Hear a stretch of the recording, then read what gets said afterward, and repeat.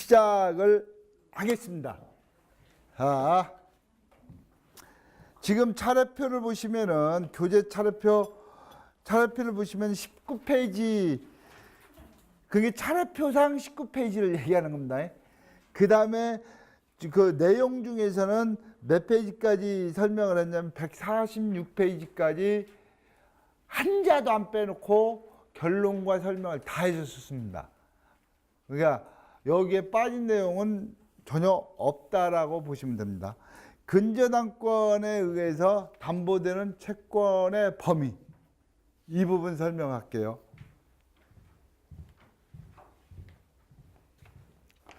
제가 전 시간에도 그런 얘기 했어요.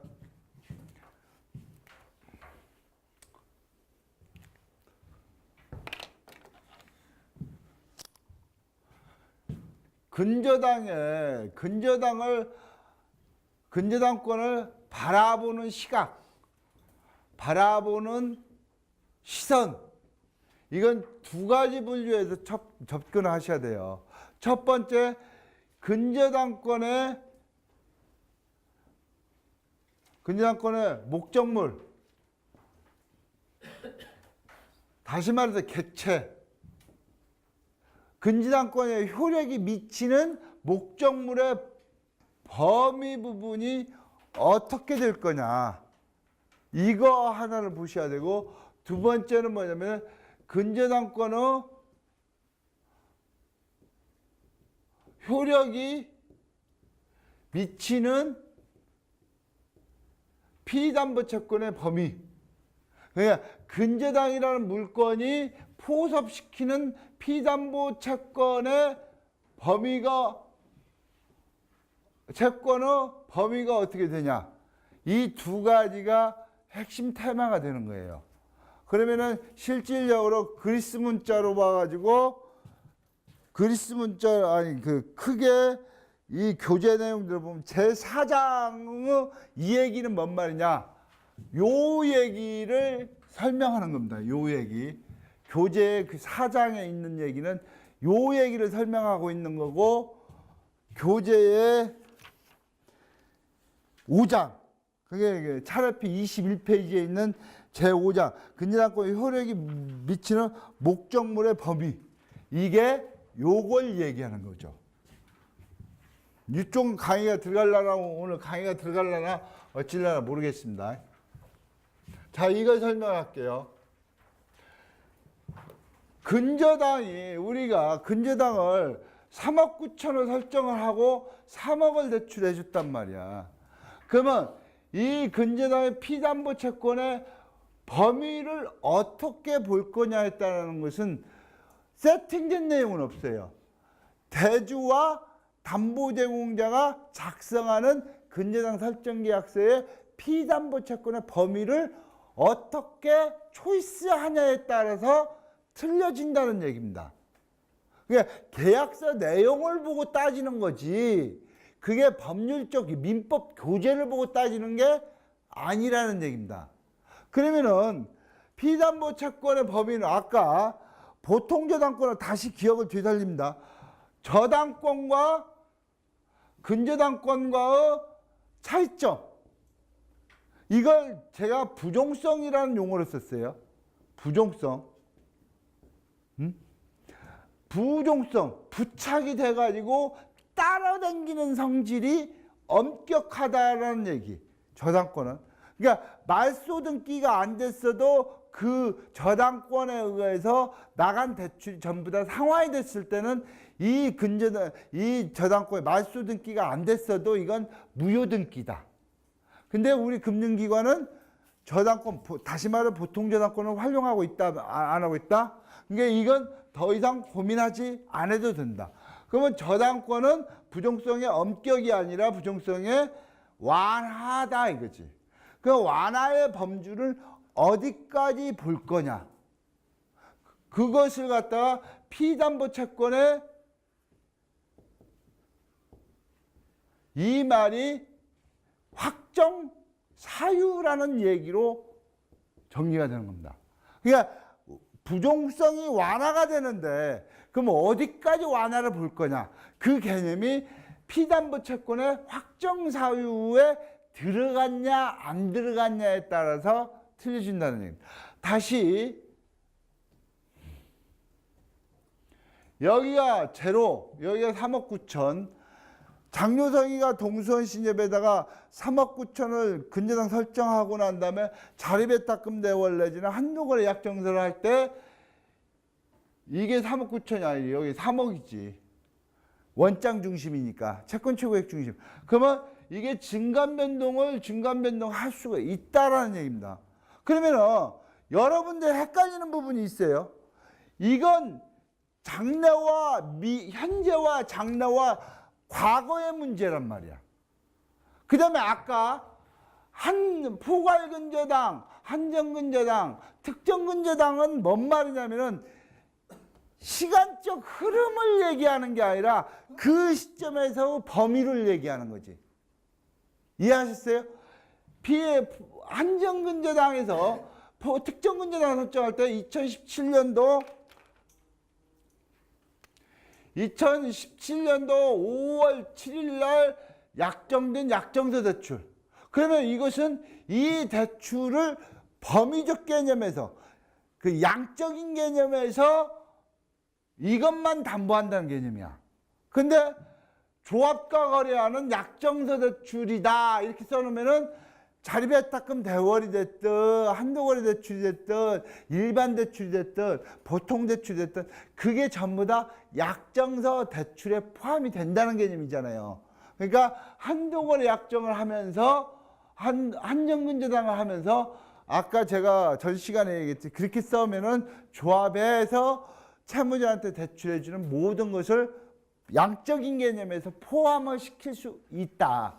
여러분들이 다시 리바이벌 하면은 대개 근저당 설정 계약서에서 피담보 채권의 범위에서 한정근저당을 대개 이렇게 체크하는 경우가 있어요. 이렇게. 그러면 나중에 담보 제공자가 심한 경우에 이거 내가 체크 안 했다. 법정 가서 이 체크를 내가 했냐? 금융기관 종사자가 한 거다. 필적감정 들어가자. 그러면 글씨가 써진 경우는 필적감정이 되지만 이렇게 별표 표시한 경우는 필적감정하기도 쉽지가 않다는 말씀입니다.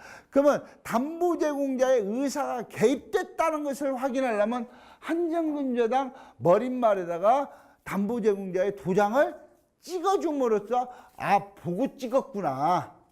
무슨 얘기인지 아시겠어요? 보고 찍었구나. 그걸 1차적으로 하고 두 번째는 한정이라는 국어학적, 관용적인 의미를 무엇로 볼 거냐. 그게 박스 안에 있는 거 아닙니까?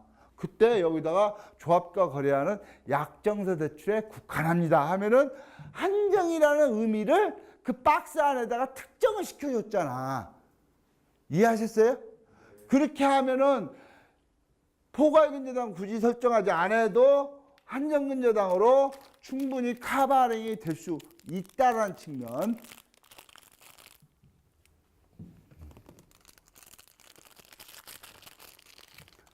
두 번째입니다.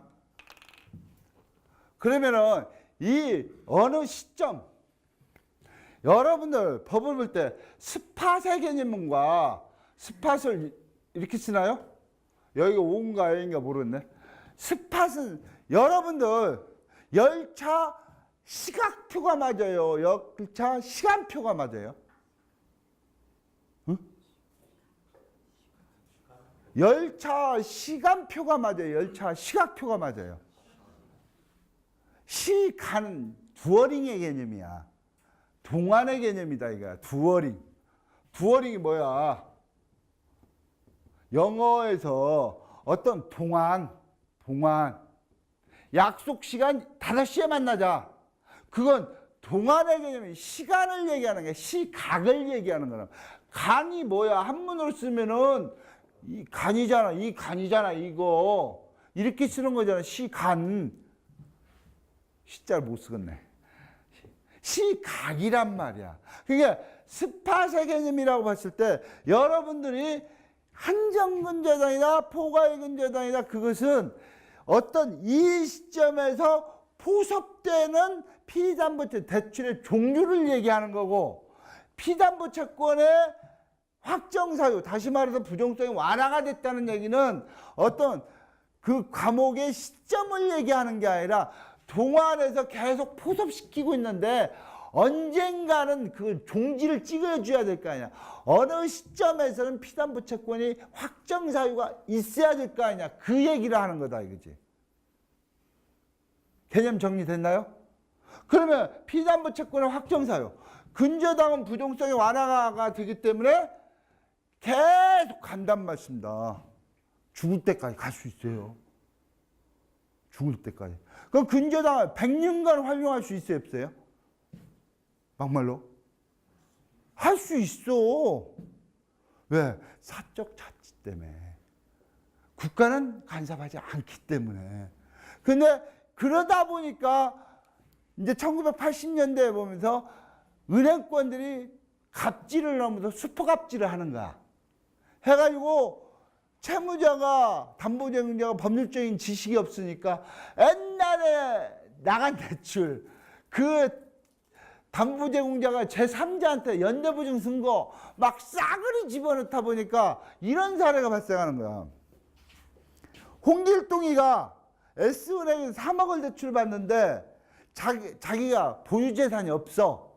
그러니까 매형한테 부탁을 하는 거야. 매형, 나 이 전도 유망한 사업을 하려고 하는데 3억이 부족한데 S은행에서 거기에 대해서 담보를 갖고 라네. 근데 내가 뭐야, 아무것도 없잖아, 재산이. 매형, 나 믿지.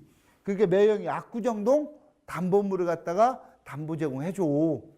그러면 내가 대출 뽑아가지고 그 사업을 할게. 하니까 매형도 천하모 볼 때 애가 성실하고 거짓이었고 빈틈이었거든. 그러니까 오케이 한 거야. 그때는 S은행이 채권자가 되면서 근저당권자가 되고 매형은 담보 제공자가 되는 거야. 그 다음에 원장상의 채무자는 천함이 되는 거겠지. 그러면 이제 S은행에 천함과 매형이 같이 왔을 거 아니야. 같이 와가지고 작성을 하는 게 근저당 설정계약서하고 대출거래 약정서를 작성하는 거야. 그러면은 그 두 가지를 작성하는데 원래 매형의 머릿속 생각은 뭐냐? 천함이 S은행에서 3억을 대출을 받을 때 압구정동 아파트만 담보 제공하는 걸로만 생각하고 온 거야. 무슨 얘기인지 아시겠어요? 그렇기 때문에 근저당 설정계약서상에 채권자 S은행, 채무자 천함, 담보 제공자 설정자라고 써 있죠. 설정자. 이런 용어도요. 민법에서는 요것을 갖다가 뭐라고 표시하냐면 민법에서는 물상 보증인이라는 용어를 써요. 그 다음에 부동산 등기법에서는 여기를 뭐라고 하냐면 부동산 설정자라는 용어를 써요. 그 다음에 여신교재 금융권에서 얘기할 때는 담보 제공자라는 용어를 써요. 그 말이 내가 아까 말했듯이 내가 여기 있을 때는 동선 상인감사라고 부른단 말이야. 그렇지만 내가 불알 친구들 만났을 때 동선 상인감사 이리 와봐 그러는 게 아니라 요성아 너 이리 와봐 그러잖아. 우리 집에 갔을 때 애들이 감사님 그러세요? 요성아 그러나? 아버지? 이렇게 얘기할 거 아니야. 사람은 변동이 없는데 불리는 호칭이 달라듯이 부동산 등기법에서 부르는 호칭, 민법에서 지칭하는 호칭, 금융기관에서 약정서를 만드는 호칭이 틀릴 뿐이지 주체는 똑같은 사람이라는 얘기를 이 얘기를 하는 거지. 그러면 여기가 누구야? 매형이잖아. 매형. 담보제공자는 매형.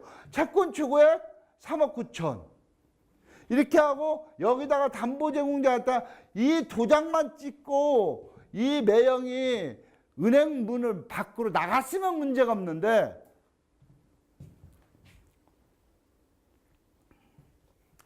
이건 대출거래 약정서야.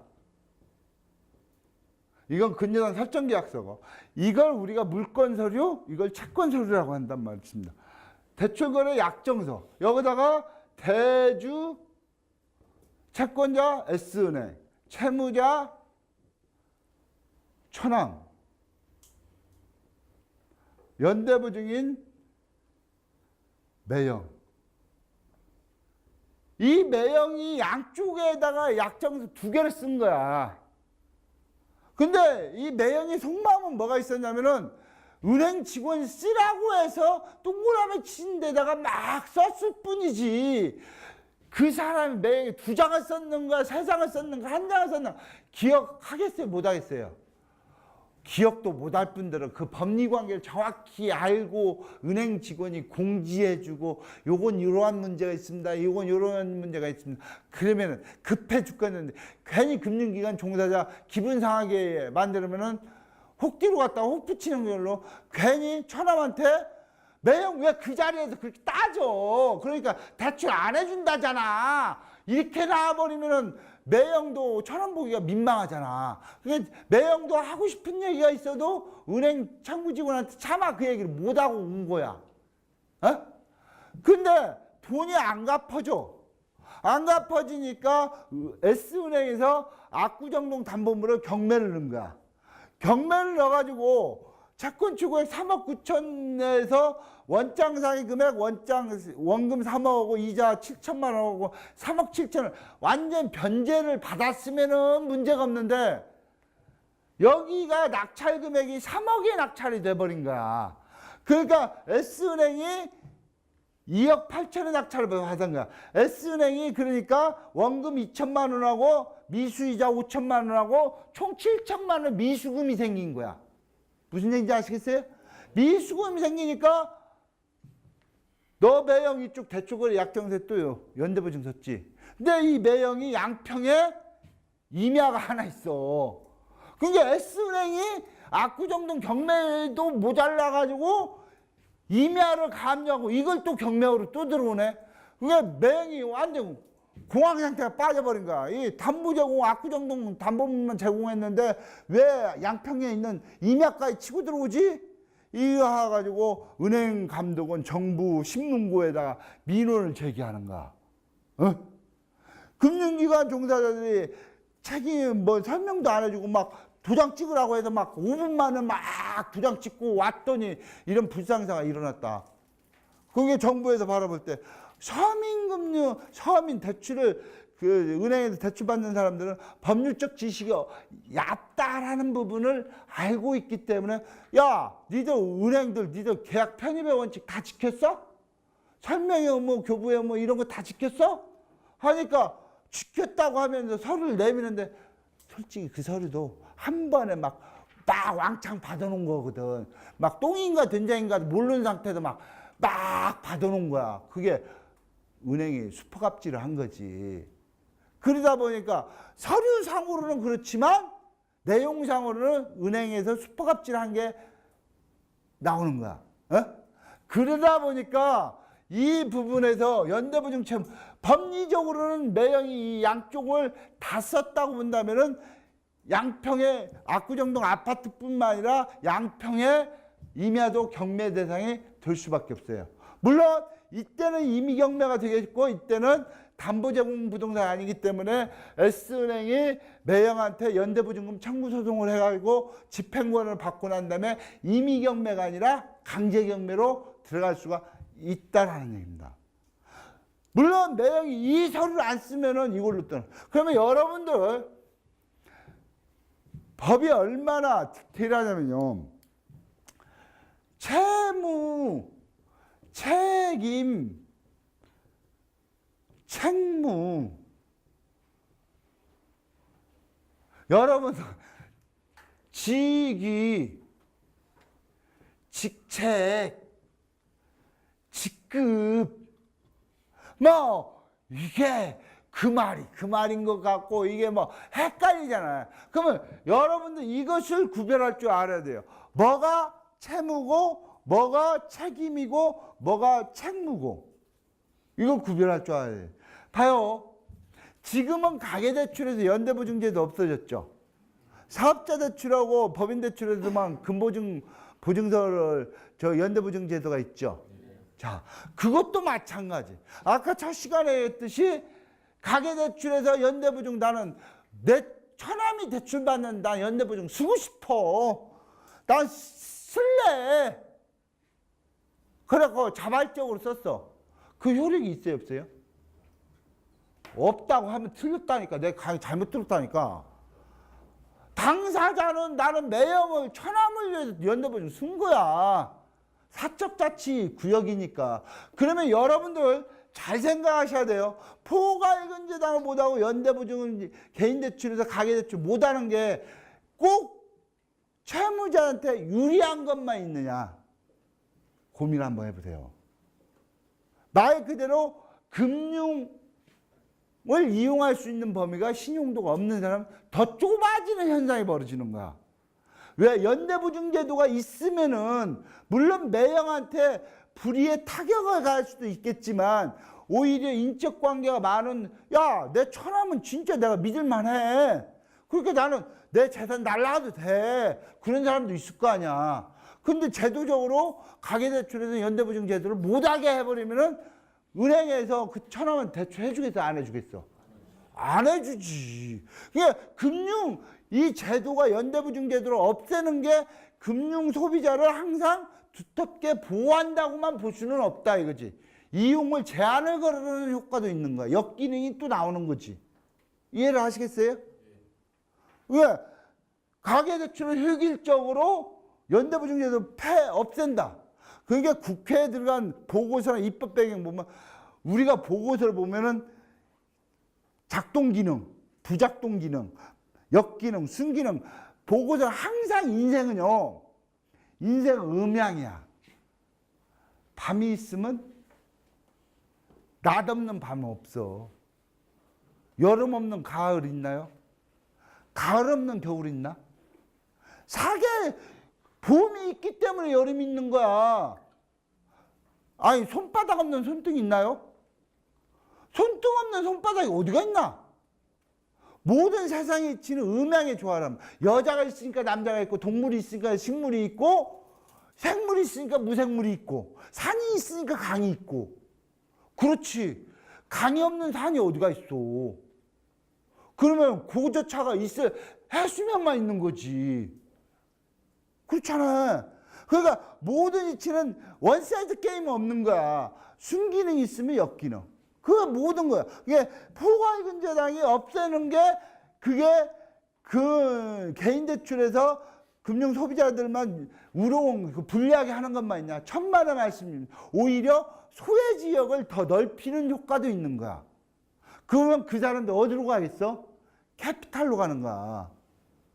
제도권 금융기관 밖으로 이용하는 거야. 그러니까 오히려 정책이 어떻게 되면은 그 정책이 그 거래하는 사람한테 은행이 수포갑질을 못하게끔 하는 그 이면에는 금융 소외자를 양산시키는 결과도 있다라는 측면을 얘기하는 거지.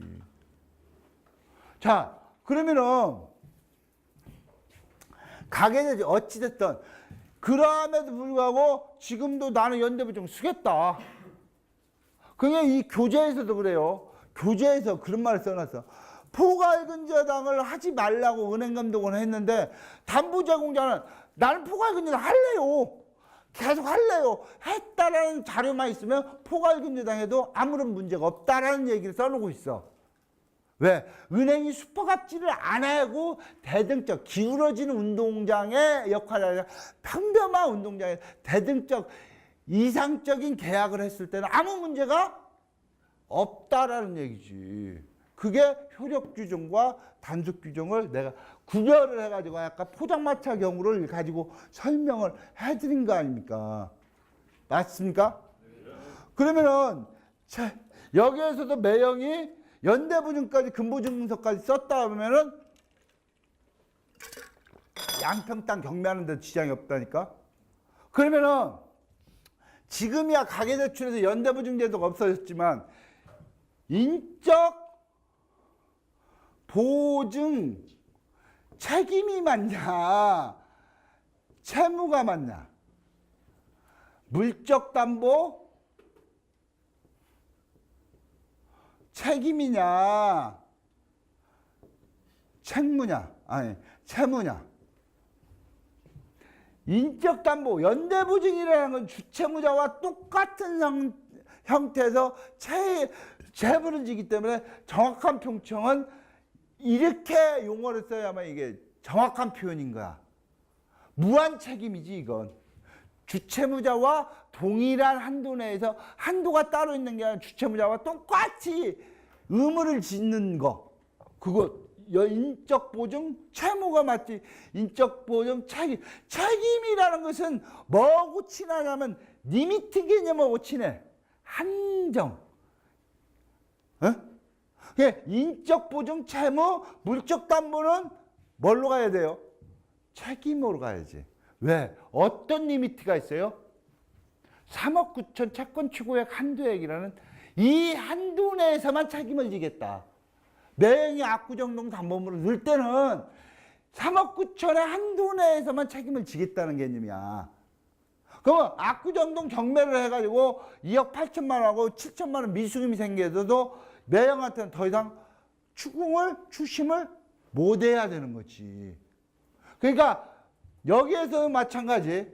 우리가 이런 문제가 있어요. 아버지가 죽고 아들한테가 뭐가 발생해요? 상속이 발생하잖아. 상속은 단순 상속이 있고 한정 상속이 있고 상속 포기가 있어요. 그 얘기는 뭐냐? 상속 포기라는 것은 피상속이 죽음으로써 이 피상속이 부채와 자산이 있는데 나 그 관여하기 싫어. 재산도 안 받고 피상속인이 은행권을 거래해서 부채 껴안고 있는 것도 나 안 받을 거야. 재산도 안 받고 부채도 안 받고 나는 아버지하고 단절을 시킬 거야. 그게 뭐야? 상속 포기야. 그 다음에 단순 상속은 뭐야? 아버지가 아버지 그 재산도 받고 아버지가 은행권에다 대출하면 연 걸리듯이 부채 지고 있는 것도 내가 다 껴안겠다는 게 단순 상속 아니야. 한정 상속은 뭐야? 아버지 일부라는 그 용어는 좀 틀리고 아버지가 부채를 3억을 넘겨주고 재산은 1억밖에 안 남겨줬어.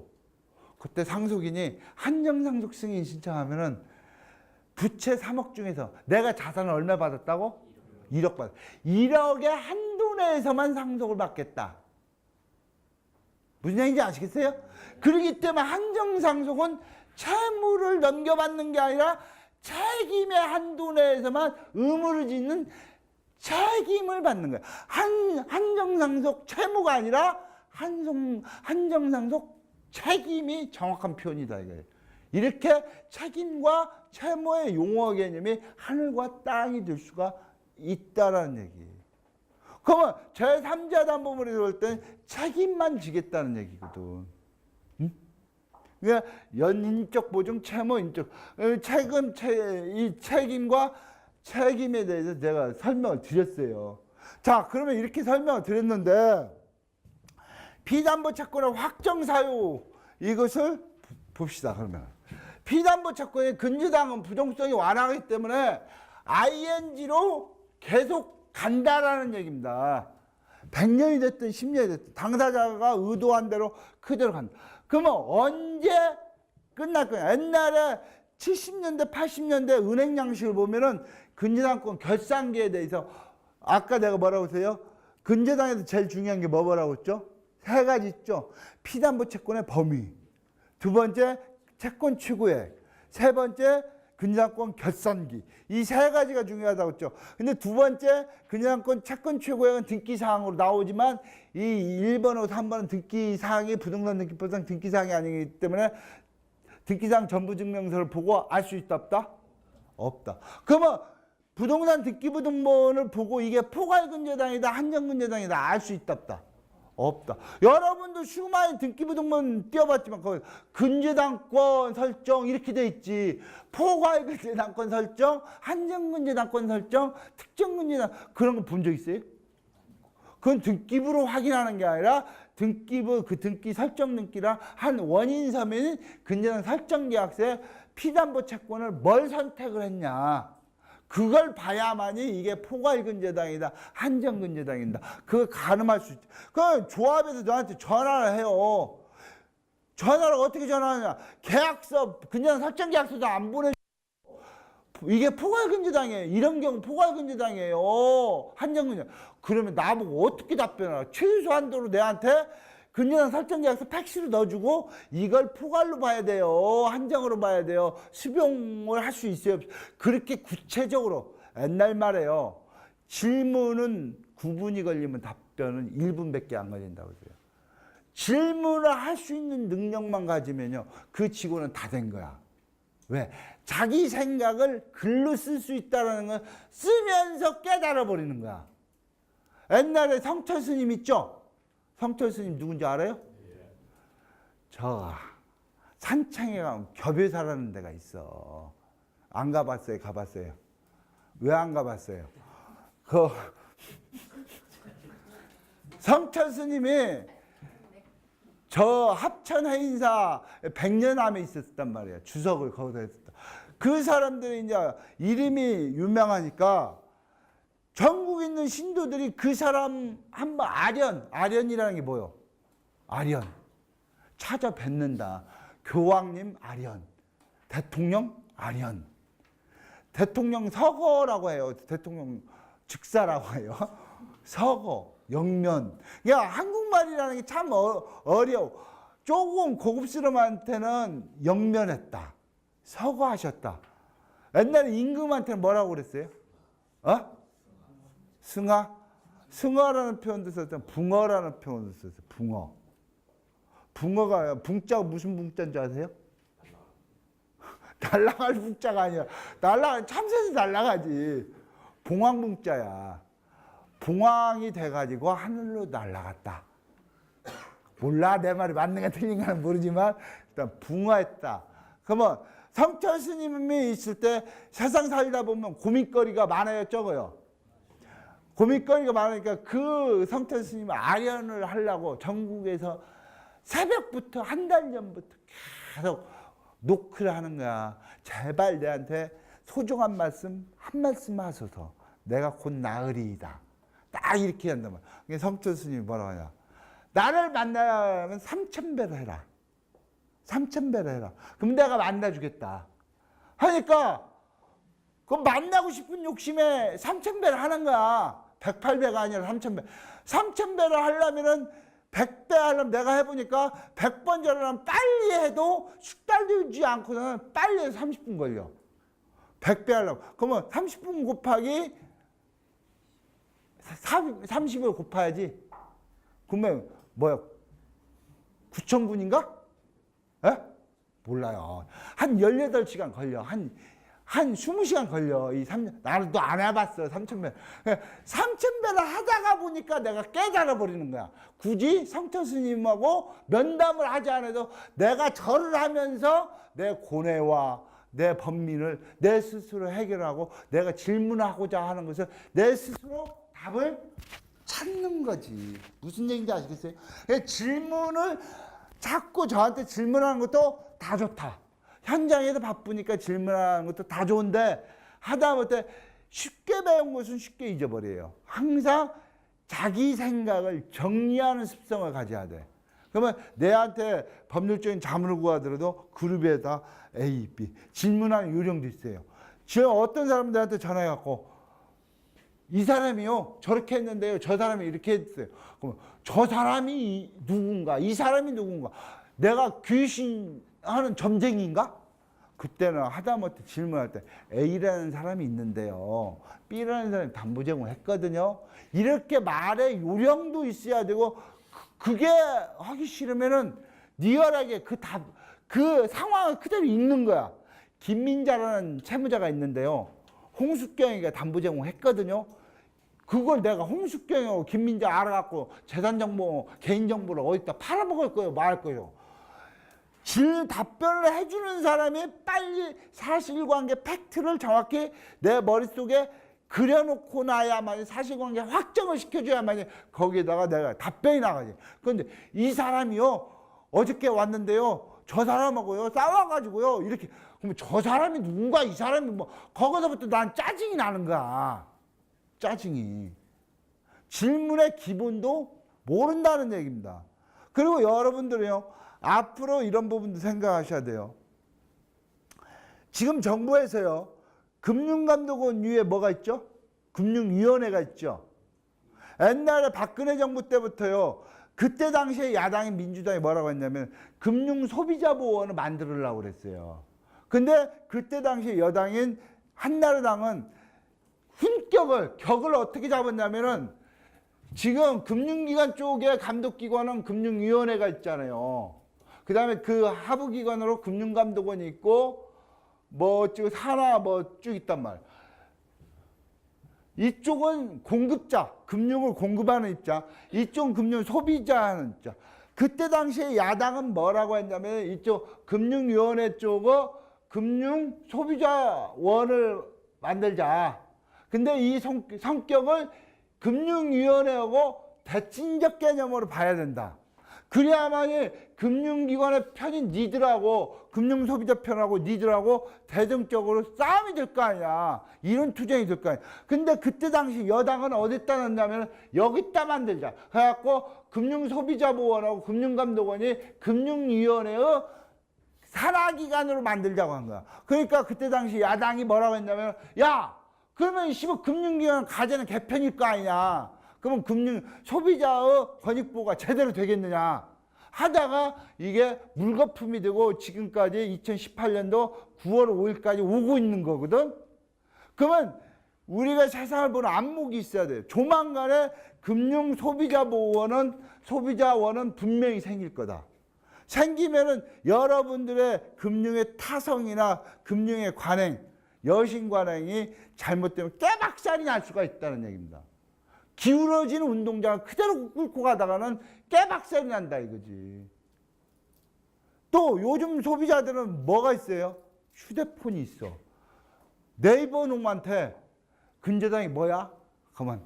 근저당이라 내가 엊그저께 뭐 직원이 알아. 슬픈 노래 한번 틀어줘봐. 하니까 휴대폰에서 슬픈 노래가 야 댄스 음악으로 바꿔줘봐.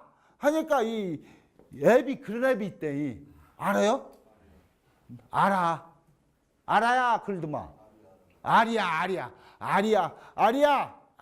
그러는 거야. 아리야 슬픈 날 공포 쓰는 얘기 좀 해줘. 그러니까 휴대폰에서 공포 쓰는 뭐 귀국산장 뭐 드라큘라 얘기를 해주는 거야. 야 세상 그 얘기는 뭔 말이야.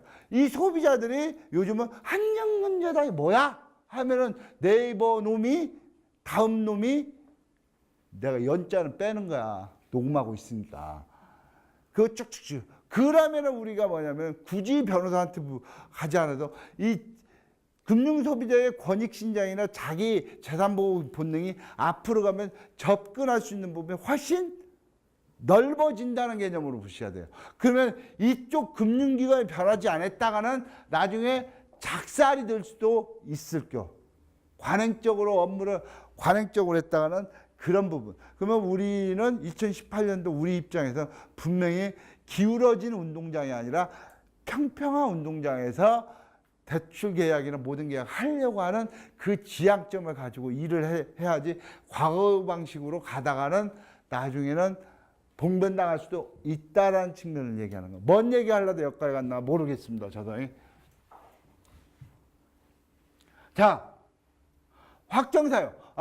그 옛날에 보금양식에서는 근저당권 결산기라는 거 문맥이 아예 없었어. 그러니까 무조건 ING 했었어. 그게 은행이 수포갑질을 한 거지. 그러다 보니까 이런 데 난리를 치다 보니까 근저당권 결산기를 만들어 갖고 또 세 가지로 박스를 처리해 놨잖아요. 어떻게 처리해 놨어요? 여기는 지정형, 여기는 자동확정형, 여기는 장래지정형. 이렇게 해가지고 담보제공자로부터 선택을 해놨단 말이야. 근데 여러분들, 내가 솔직히 여러분들한테 물어보면 이거 지금 제대로 여기다 체크하셨나요? 그 조합은 체크하셨나요? 제가 한번 순위검사 나가도 됩니까? 체크를 이걸로 체크하든 이걸로 체크하든 담보제공자로 하여금 체크하게끔 해놔야 된단 말이야. 체크를 아까 똑같이 한정근저당으로 할 거냐 포괄근저당으로 할까 특정근저당으로 할까 이걸 이렇게 체크하면 안 되지. 담보제공자의 도장을 머릿말에다 찍으라는 얘기입니다. 무슨 얘기인지 아시겠어요? 그러면 자동 지정령을 만약에 2021년도 5월 8일까지 이렇게 써놓으면은 근저당권 부정성의 완화가 증감 변동을 하다가 5월 8일이 되면은 세팅 작업이 되고 그 이후에서는 대출, 신규 대출이 아무리 채권 추구액 안에 있다 하더라도 포섭이 안 된다는 개념이야. 그러면 우리 차세대 표준 프로그램에서는 근저당권 결산기가 원장 한쪽에다가 표시를 해가지고 이 사람이 자동 확정형을 선택했는가, 지정형을 했는가, 장래 지정을 선택했는가, 자동 확정 지정형을 선택했을 때 그 날짜까지 부저 기능, 알림 기능을 넣어가지고 프로그램을 만들어줘야만이 맞거든. 그래야만이 대출 담당자 입장에는 근저당에 등기가 살아있다 하더라도 이 결산기가 도래했는가 안 했는가 알 수가 없잖아요. 그렇잖아요. 근데 지금 차세대 프로그램에서 그걸 지원을 못 해주는 걸로 알고 있거든요. 네? 그러면 우리 조합에서 안전빵으로 가고 싶은 건 어떤 게 가고 싶어요?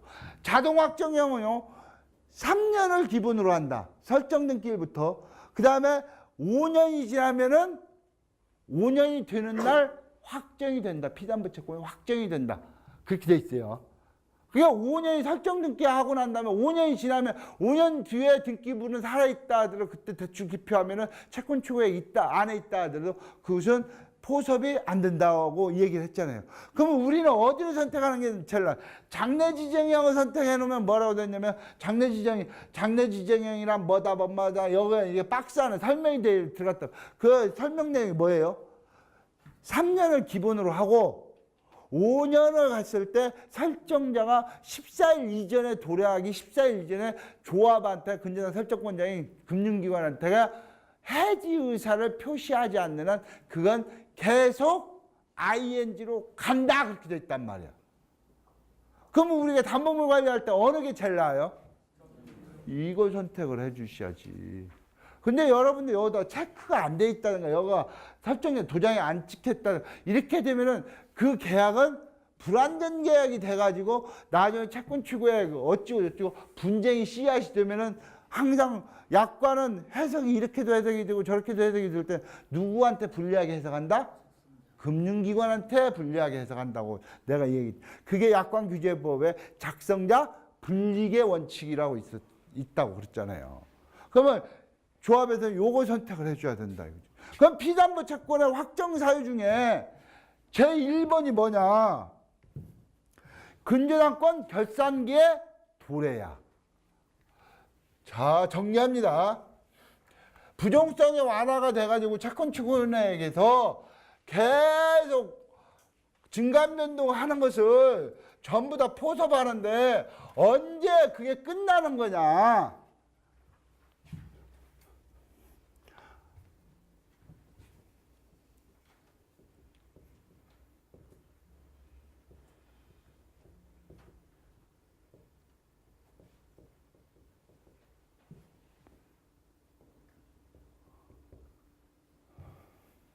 피담보 채권, 이게 우리가 흔히 말하는 얘기는 아니에요.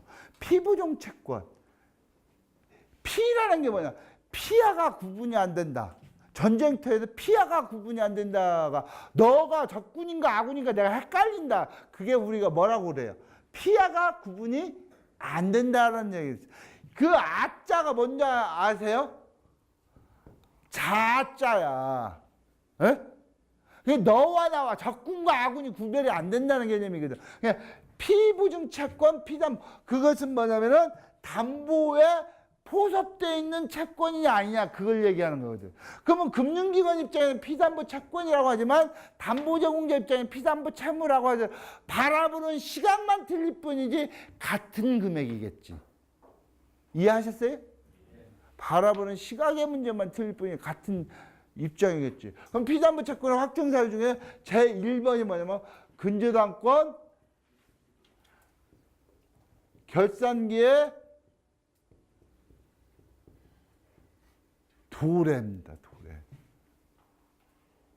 결산기. 근데 조합에서 요거 했으면 도래오는 게 확실하겠지. 그렇지만 요걸 선택했을 때는 만기에 5년이 지난 다음에 담보제공자가 14일 전까지 금융기관한테 통지를 해갖고 나 그 근저당 더 이상 사용하지 않을 거야.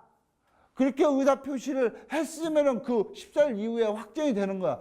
그러면 우리 금융기관 담보물 관리하는데 애로사항이 있어요, 없어요? 전혀 없지. 그때 이후로 신규대출만 취급 안 하면 되니까. 그거 받고 난 다음에 신규대출만 취급하지 않으면 되니까. 무슨 얘기인지 아시겠어요? 그러니까 이 기본계약서, 근저당 설정계약서를 잘 꾸며놔야 된다는 얘기를 하는 거지. 그러면 그냥권 결제한계가 되려면은 채권, 피담보 채권이 확정이 돼가지고 그 확정된 이후일 이후에 신규대출이나 재대출 금액은 포섭을 할 수가 없다라는 얘기죠. 두 번째입니다. 임의경매 신청입니다. 여기에서 경매라는 건 여러분들 임의경매, 강제경매 이거 구별할 줄 아시는 분은 법원 업무를 좀 하신 분들은 알아요. 그렇지만 법원을 안 했던 사람들은 뭐 이게 뭔 말인가 몰라. 강제경매라는 건 뭐냐. 내가 신용대출을 쏴주고 무담보대출 쏴주고 난 다음에 채무자가 안 갚았을 때 내 대출 약정서 가지고 감유는 할 수 있어요. 그렇지만 채무자 소유 부동산은 경매는 할 수가 없어. 왜 그러냐면은 감유 가처분이라는 것은 여러분들 나중에 내일이나 그런 시간이 또 있겠지만 감유 가처분은 응급실이야. 응급실. 피가 흘리잖아. 그러면 일단 지혈 먼저 해야 될 거 아니야. 코피가 흐르면은 일단 코피가 안 흐르게끔 하는 게 급선무지. 그 다음에 정밀검사, 뇌파검사도 하고, 뭐 복부검사도 하고, 초음파검사, 무슨 머리 찍는 검사 하는 거잖아. 그래갖고 질병이 있으면 수술하고, 단순히 과로해서 코피만 일시적으로 났다 하면 그냥 저 엉덩이 한 대 딱 때리면 그냥 집에 가서 푹 자요. 그러면 나을 거요. 그렇게 의사가 그럴 거 아니야. 그게 감유가처분은 응급실 역할이란 말이야. 그 응급실을 했다고 해서 코피만 흐르는 거 막았다고 해서 질병이 낫는 건 아니잖아. 그러니까 그 본 게임이 가는 게 경매지. 근데 대출거래 약정서는 사문서기 때문에 응급조치까지만 할 수 있지 그 사문서인 대출거래 약정서를 가지고 경매할 수는 없어요. 경매하려면 법원에다가 피고를 채무자로 했고 대여금 청구 소송을 해갖고 집행권을 획득을 해야지. 집행권은. 집행권은 여기에서는 판결문도 있을 것이고 확정된 지급명령 결정령문도 있을 것이고 확정된 공정증서 강제집행 인락 공정증서도 있을 것이고 화해조서도 있을 것이고 인락조서도 있을 것이고 또 저기 확정된 이행공고 결정문 그것도 이런 게 집행권이니까 이게 있어야만 강제경매가 된단 말이야. 임의경매라는 건 법에서는 임의경매라는 용어는 없어요. 그렇지만 법 조문상에서는 뭐라고 했냐. 담보권 실행을 위한 경매야. 법 조문은 이렇게 돼 있어요. 담보권 근저당을 잡아놓은 것을 실행하는 경매다 이겁니다. 그래 담보권 실행을 위한 경매하고 임의경매는 같은 말이지. 법 조문에는 담보권 실행을 위한 경매라고 써 있어요. 임의경매라는 용어가 없어요. 근데 책자는 법률 교수도 쓸 때는 뭐라고 쓰냐. 임의경매라는 식으로 써. 법원에서 날라오는 결정서도 담보권 실행을 위한 경매라고 날라오는 게 아니라 임의경매 그렇게 날라오는. 그 다 법문상으로 다 틀리지. 왜 이런 패턴이 생기냐면 80년대까지 민사집행법과 별도로 뭐가 있었다? 경매법이라는 게 있었어요. 경매법이 있어가지고 담보권은 경매법으로 가는 거거든. 그때 임의경매라는 용어를 썼어요. 근데 경매법이 지금부터 30년 전에 없어졌어. 그러면서 그것을 민사집행법을 흡수해가지고 그 민사집행법, 경매법이라는 법제처에다가 경매법 처분서에 안 나와요. 경매법이 없어졌기 때문에 그렇지. 이렇게 담보권 실행을 위한 경매인데 여기에서 말하는 경매 신청은 채무자가 연체하면 금융기관이 S은행에서 경매를 신청할 거 아닙니까? 이 경매를 신청을 해갖고 결정이 되면은 경매를 신청하고 결정이 되면 이건 피담보 채권의 확정 사유가 되는 거야. 왜? 채권자가 너하고 더 이상 거래를 하지 않겠어라는 가로 안에 의식이 있는 상태에서 경매가 들어간 거지. 그것은 굳이 너하고는 더 이상 여신거래를 하지 않겠어. 그 의사표시를 안 했지만 법원에다가 경매 신청을 넣는다는 얘기는 너하고 더 이상 새로운 여신거래를 않겠어라는 게 가로 안에 이미 있기 때문에 경매 신청으로 하고 결정이 떨어지면 그것도 피담보 채권의 확정 사유가 되기 때문에 그 이후에 대출을 취급하면 안 된다는 얘기입니다. 그러면 이런 경우가 있어요. 채무자가 대출을 받고 난 다음에 3개월 연체를 해. 한 5개월 연체를 해. 그러니까 S은행에서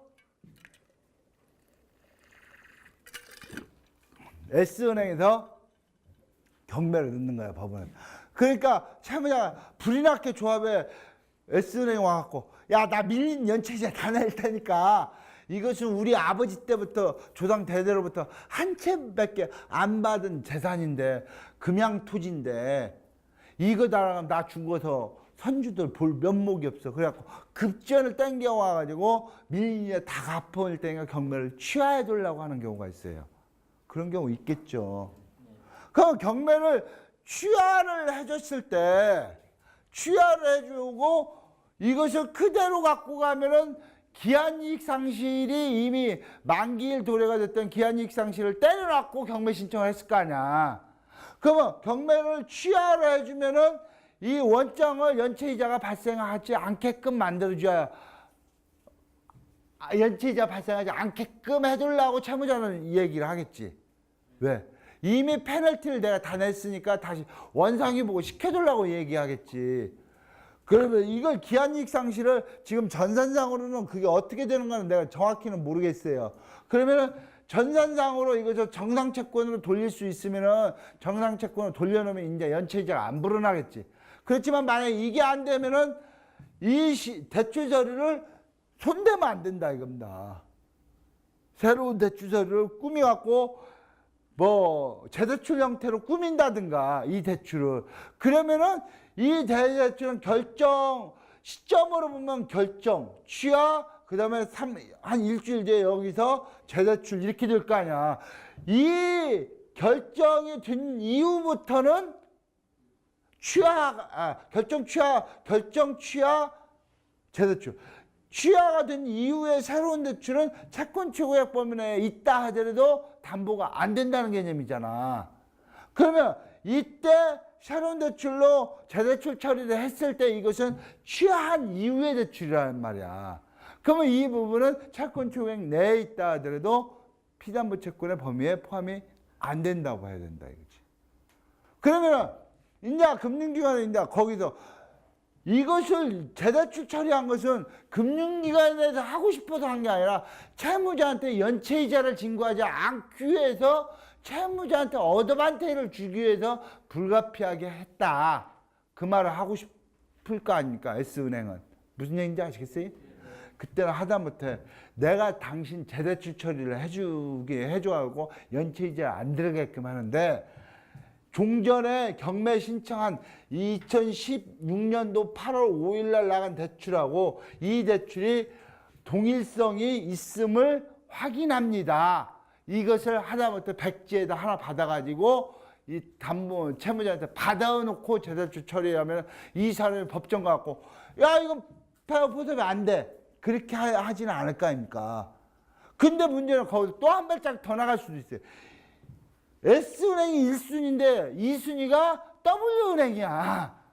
W은행이 야, 이 채무자는 이재기를 안 해도 W은행 2순위권자가 뭐라고 하냐면 야, 니들 대출원장 보니까 옛날에 취한 이후에 대출원장 대출 발생일이 그렇게 돼 있어. 그러니까 그건 피담보 채권의 확정 사유가 이후에 발생된 것이기 때문에 아무리 S은행 채권 취고액 내에 있다 하더라도 그건 담보가 안 돼 해가지고 W은행이 S은행에다 클레임 걸어올 수 있을까요? 없을까요? 있어요. 그런 문제는. 아무 채무자한테 동의성이 유지가 되는 채권. 그러니까 지금 전산 환경에서는 어떻게 됐는가 모르지만 가급적이면 경매 신청한 부분이 전산상으로 저기 이렇게 해가지고 정상 채권으로 올릴 수 있으면은 이 경매 신청이 한 번 들어간 것은 손대는 게 아니다라는 얘기입니다. 이해하시겠습니까? 여기에서 두 번째가 있어요. 당사자, 경매 신청 채권자가 넣었을 때는 취한 시점이 피담보 채권의 확정사유인데 근저당을 보다 보면은 1순위, 2순위가 있는데 1순위는 가만히 있는데 2순위가 경매 넣을 수도 있잖아. 2순위는 가만히 있는데 1순위가 경매 넣을 수도 있잖아. 그만 예를 들어 우리가 1순위라고 봅시다. 우리가 근저당 1순위란 말이야. 우리가 경매를 넣었다가 취하했을 때는 취하 시점이 피담보 채권의 확정사유가 되는데 나는 경매 넣은 사실이 없어. 근데 W은행이 경매를 넣었어요. 에? 그때 피담보 채권의 확정 시기는 어떻게 되냐? 무슨 얘기인지 아시겠어요? 이해하셨어요?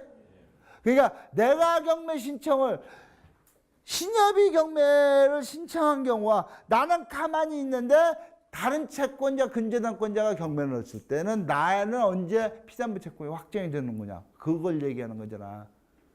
그러면 여러분들이 여기서 내가 강의 시간에 다 얘기할 수 있죠. 없지만 경매의 플로어, 프로세스를 여러분들이 또 아셔야 돼. 프로세스를 알으려면은 이런 부분을 하니 그게 여신이라는 게 만물 박사가 돼야 돼요. 만물 박사.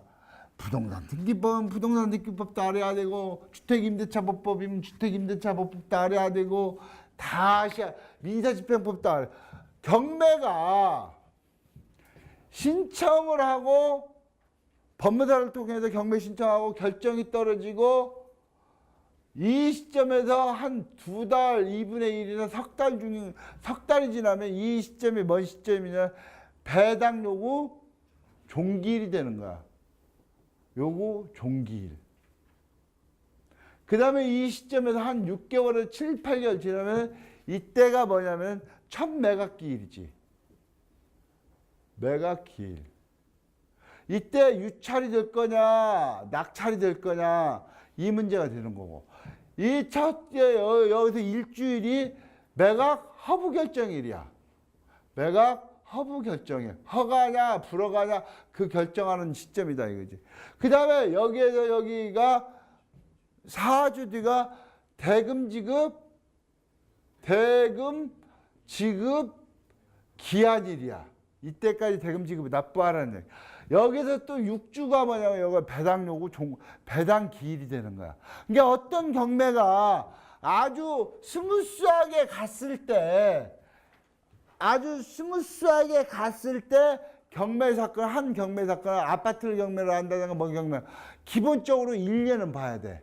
왜냐면 신청하고 결정 떨어지고 6개월 만에 첫 매각기일 잡히고 한 번 유찰되면 한 번 유찰될 때마다 몇 주가 뒤로 딜레이가 되냐면 법원마다 좀 틀리지만 어디는 4주, 어디는 6주야. 그러니까 9월 달에 유찰이 됐다. 그러면 10월 달로 넘어가는 거야. 거기다가 경매 속행, 그 경매 일시정지 신청서를 한번 들어가고 하면 그냥 또 막 6개월 또 가버리고 막 이게 내 마음대로 되는 게 많아요. 내 마음대로 되는 게 적어요. 살다 보니. 내 마음대로 되는 게 훨씬 적어. 그게 이 경매의 이거 흐름도 여러분들 머릿속에 있어야 됩니다. 그러면은 우리가 경매를 넣었을 때 피담보 채권은 언제가 된다? 경매 개시 결정이 떨어졌다가 이 시점에서 취하를 하면은 바로 이때가 피담보 채권의 확정사유가 되는 거야. 근데 우리 근저당권자는 가만히 있었는데 W은행에서 경매를 넣었단 말이야. 그때는 언제가 우리 채권의 피담보 채권의 확정 시기가 언제냐? 여기단 말이야. 그러면 이 기간이 얼마 정도 되냐면 한 10개월 되는 거지.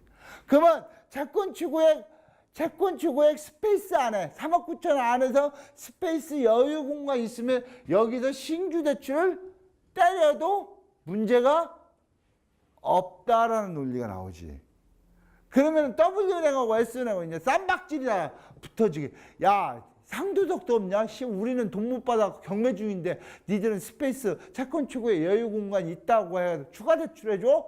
이런 얘기는 나올 수가 있겠지. 그렇지만 지금 대법원 판례나 모든 부분에서 경매 신청권자가 넣었을 때는 피담보 채권의 확정의 사유가 여러분들 취소, 취하, 철회, 기각, 각하 헷갈리지?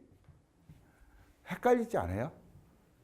어느 때는 기각이고 어느 때는 여러분들 JTBC를 가만히 보면은 옛날 사법농단을 얘기하면서 어느 때는 기각됐습니다. 어느 때는 각하됐습니다. 그런 얘기를 써. 어느 때는 취소가 됐습니다. 어느 때는 처리가 됐습니다. 어느 때는 각하는 뭐냐? 소송의 형식적 요건이 안 맞았을 때 그냥 본안 심리를 하기 전에 이건 소송거리가 안 돼. 그게 뭐냐? 옛날에 KTX가 어디로 가냐면 부산 천성산을 뚫고 들어간 거야. 천성산 터널. 아세요? 모르세요? 모르지? 도롱뇽 사건이 있었다고. 그때 유명한 게 누구야? 지율 스님이라고 있었어요. 지율. 내가 강의 여신 강의를 하는 거야. 스님들 얘기해 주는 거는 모르겠어. 지율 스님이 이 도롱뇽이 천성산이 어디가 있는지 난 잘 몰라요. 알아요? 천성산 있어요? 죄송합니다. 어떤 이렇게 도롱뇽 사건, 도롱뇽을 소송의 주체로 놓고 소송을 거는 거야.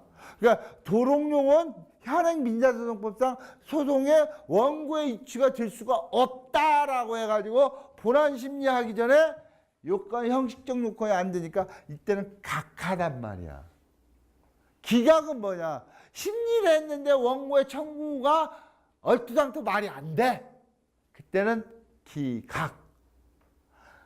취소는 뭐냐? 결정을 떨어진 법원 주체가 그걸 취소한 것을 결정한 것을 스스로 결정 취소란 말이에요.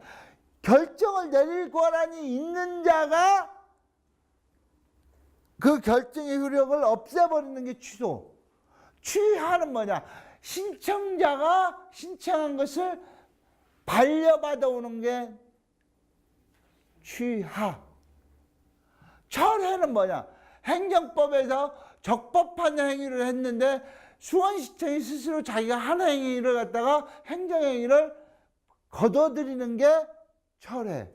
엊그저께 박원순 서울시장이 용산하고 영등포를 갖다가 특구로 만들어가지고 거기다가 완전 리모델링 하겠다고 했어요, 안 했어요? 부산에서 오신 분은 모르지.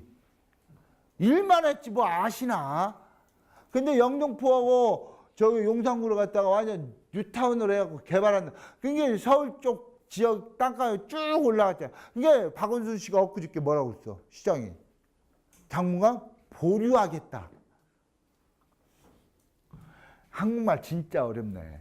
보류하겠다. 물론 박원순 시장 보류하겠다고 했겠지만 나는 그것을 내대로 해석한 게 뭐냐. 철회하겠다는 얘기로 나는 받아들인 거야. 무슨 얘기인지 아시겠어요? 요 정도. 그러니까 경매 신청은 두 가지 개념으로 논아서 생각을 해야 된다는 얘기지. 논아서. 내가 경매 신청했을 때, 제3자가 경매 신청했을 때, 논아서 본인이 경매 신청했을 때는 본인이 취하를 했은 그 시점이고, 제3자가 경매가 됐을 때는 계속 가가지고 이게 만약에 제3자가 이 시점에서 취하를 했다. 취하를 최고가 매수인이 선정되기 전까지는 경매 신청권자는 자유롭게 취하를 할 수 있어요. 근데 최고가 매수인이 매각 허가 결정이 선정이 됐을 때는 그 사람 동의를 받아야만이 취할 수가. 이건 이제 민사집행법적인 얘기야. 근데 오늘은 근저당만 얘기를 하기로 했으니까 이건 민사집행법적인 얘기는 내가 이것까지 해야만, 이걸 여러 번 구조를 내 머릿속에 짝짝짝짝 차곡차곡. 여러분들 여신을 할 때요, 여러분들 집들이 할 때, 아니 너무 전셋집에서 살다가 새 집으로 이사 갔어요. 그러면 여러분들 제일 먼저 하는 게 뭐예요? 농 먼저 집어넣나? 그럼 뭐 먼저 해요? 도배 먼저 하잖아. 도배하고 싱크대 리모델링하고 농 집어넣고, 그 다음에 애기들 옷 정하는 애기들 방, 남편과 내 옷은 안방, 그거 안방 농에서도 윗장은 겉옷, 밑에 좀 팬티 넣는 거. 여신도 그래요. 각을 잡을 때요, 여신 부분이 집을 지려면 석가래를 먼저 짓고 난 다음에 벽체를 만들고 지붕을 만들고 보일러를 깔고 화장실을 만들고 안방을 만들고 거실을 만들잖아. 그때는 도면도가 먼저 나와야 되잖아. 그래야지 여러분들 집 짓는다고 먼저 안방 보일러 먼저 까나? 아니잖아. 공구리 치고, 그 다음에 경량식 골조 넣고, 벽체 골조 넣고, 그다음 철골 콘크리트 넣고, 그다음 벽체 만들잖아. 이렇게 여신도 민사집행법적인 거, 민법적인 거, 부동산 등기법, 이것을 쭉 대출의 기표 시점에서 필요한 부분이 뭐고, 대출을 연체가 돼갖고 이거 환가하는 시점에 어떻게 멋을 프로세스를 끌고 간, 그게 내 머릿속에 악구가 딱 짜 있어야만이 이 시점에서 뭘 챙겨야 되고 그런 부분이 된다는 얘기지. 요거까지 설명을 드렸어요. 됐어요? 교재 좀 볼까요? 비담보 채권의 확정 사유, 결산기의 도래 설명드렸어요. 그 다음에 근저당권 설정 계약 해지, 이건 특별히 설명드릴 게 없어요. 그 교재를 보세요. 그 다음에 4번 가로 4번 지금 차례표 19페이지 보고 있어요. 그 다음에 근저당권자의 경매 신청 설명드렸어요? 안 드렸어요? 드렸잖아요. 그 다음에 그 다음 장 보시면 차례표 보시면은 다른 채권자가 경매를 넣었을 때는 어떻게 될 거냐, 그거 설명드렸죠. 그러면 설명 안 드린 게 뭐냐면은 다시 차례표 19페이지로 와가지고 근저당권 또는 피담보 채권의 양도 부분입니다. 양도 부분. 그 설명 드려야 되겠죠. 예. 오늘은 교재 234페이지까지 가면은 될 것 같아요. 교재 234페이지까지.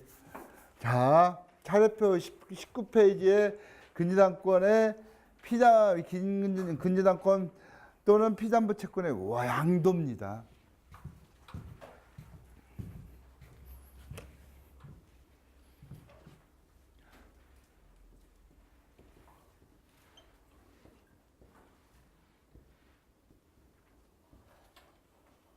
이건 부동산 표시야.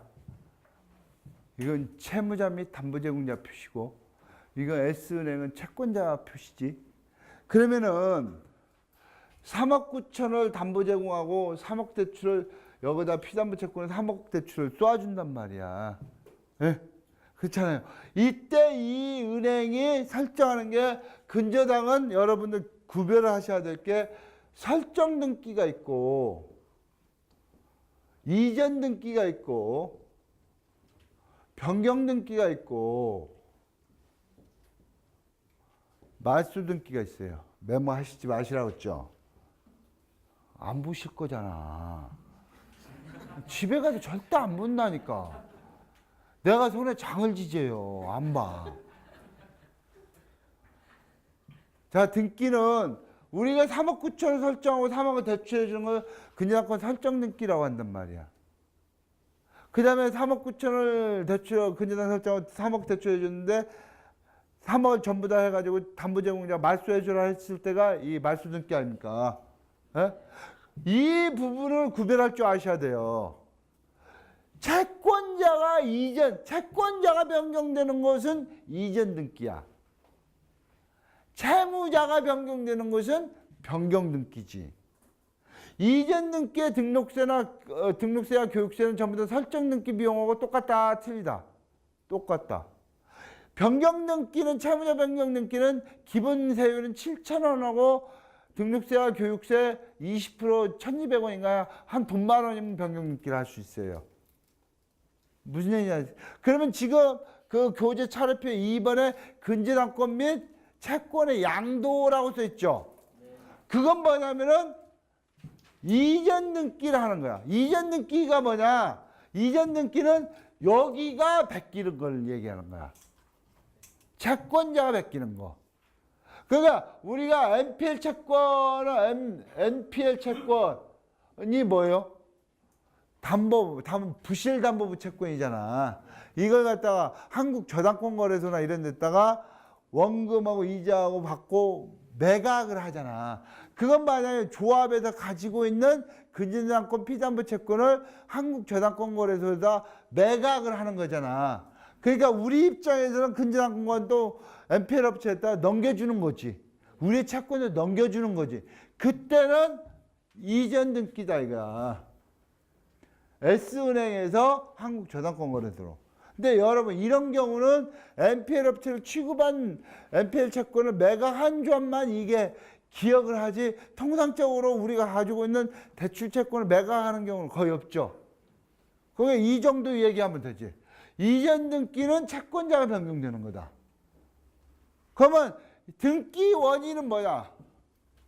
간단히 조금만 설명드리면 등기 원인은 계약 양도가 됐든 채권 양도가 되는 거야. 왜? 종전 S은행에 가지고 있는 것을 한국저당권거래소 NPL 업체에다 팔으니까 계약, 이 대출 계약을 넘기겠다. 또는 대출 계약에 대출 채권을 넘기겠다. 이 등기원이 이렇게 빠질 거란 말이에요. 근데 여러분들이 해당되는 것은 요쪽이 변경되는 것보다 요쪽이 변동되는 경우가 빈도수가 훨씬 많지. 왜 그러냐면은 A라는 사람이 이렇게 한단 말이요.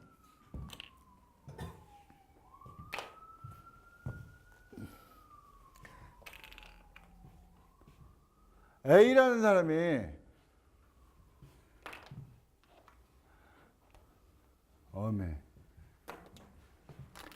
빨간색으로 하겠습니다. 붉은 정렬이 있고 얼마나 좋아요. 빨간색입니다.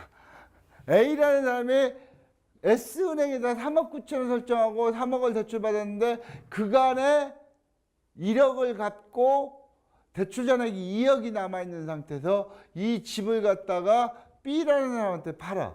시가가 얼마냐면 5억이야. 그러면 이 사람 속셈이 뭔 생각을 갖고 있냐면은 이렇게 생각을 갖고 있겠지. 내가 너한테 매매양금 5억을 주면은 네가 2억을 갚고 네가 3억을 호주머니에다 넣어놔. 내가 너한테 3억만 주고 네가 은행한테 대출 자녀채권 2억을 내가 껴안는 거나 똑같을 거 아니야. 근데 나는 지금 목돈이 없다.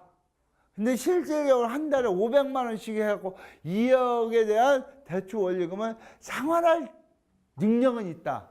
그때 매매계약서를 쓰면서 특약을 만들겠지. 매매대금 5억. 대신 B가 매도인 A한테 인도하는 것은 3억이고 나머지 2억은 넘겨주는 게 아니라 A가 S은행에다 부담하고 있는 2억을 껴안겠다. 무슨 얘기인지 아시겠어요? 이런 경우 허다하겠죠? 이런 경우 금융 현장에 이런 경우 많겠지. 그러면은 이 부분은 이게 가능하다 이겁니다.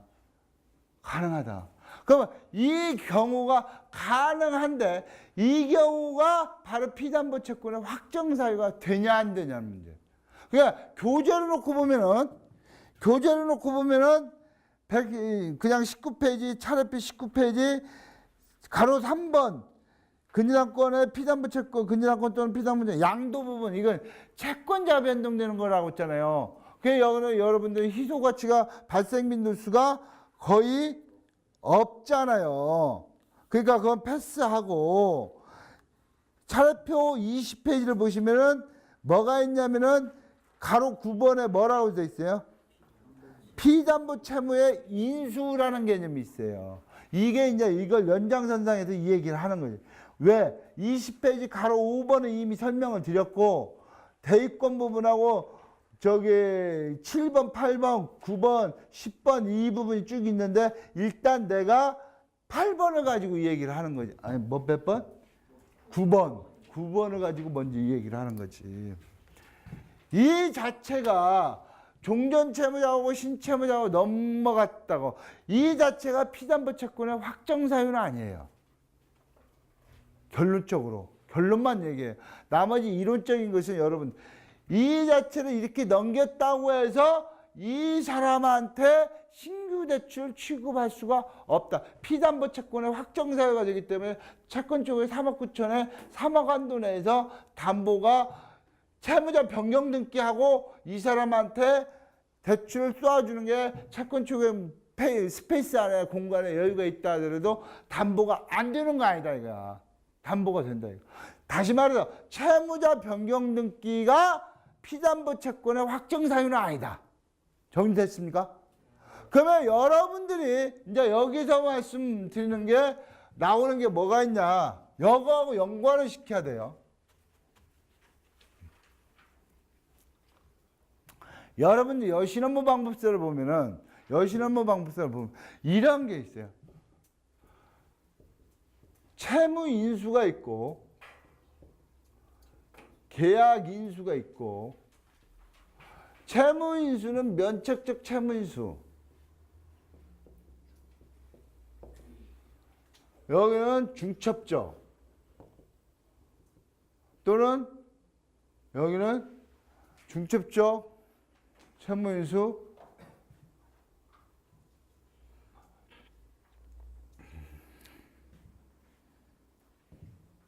채무인수, 중첩적 채무인수라고도 하고 또 뭐라고도 하죠?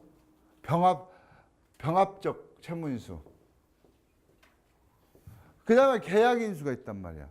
그러면 이게 뭔 말이냐? 여러분들 채무인수와 계약인수를 구별할 줄을 알으셔야 돼요.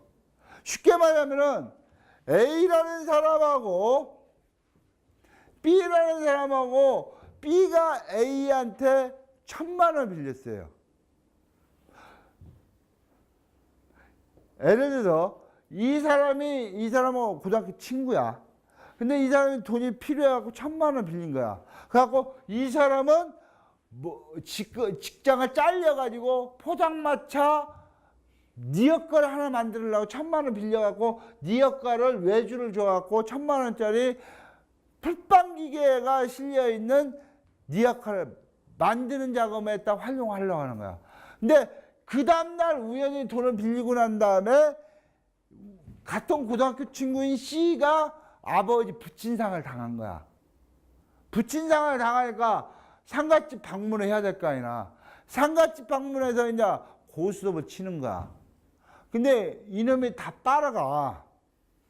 빨아가니까 이놈이 한다는 소리가, 야, 너 이렇게 내가 빌려준 거 1,000만 원 갚어!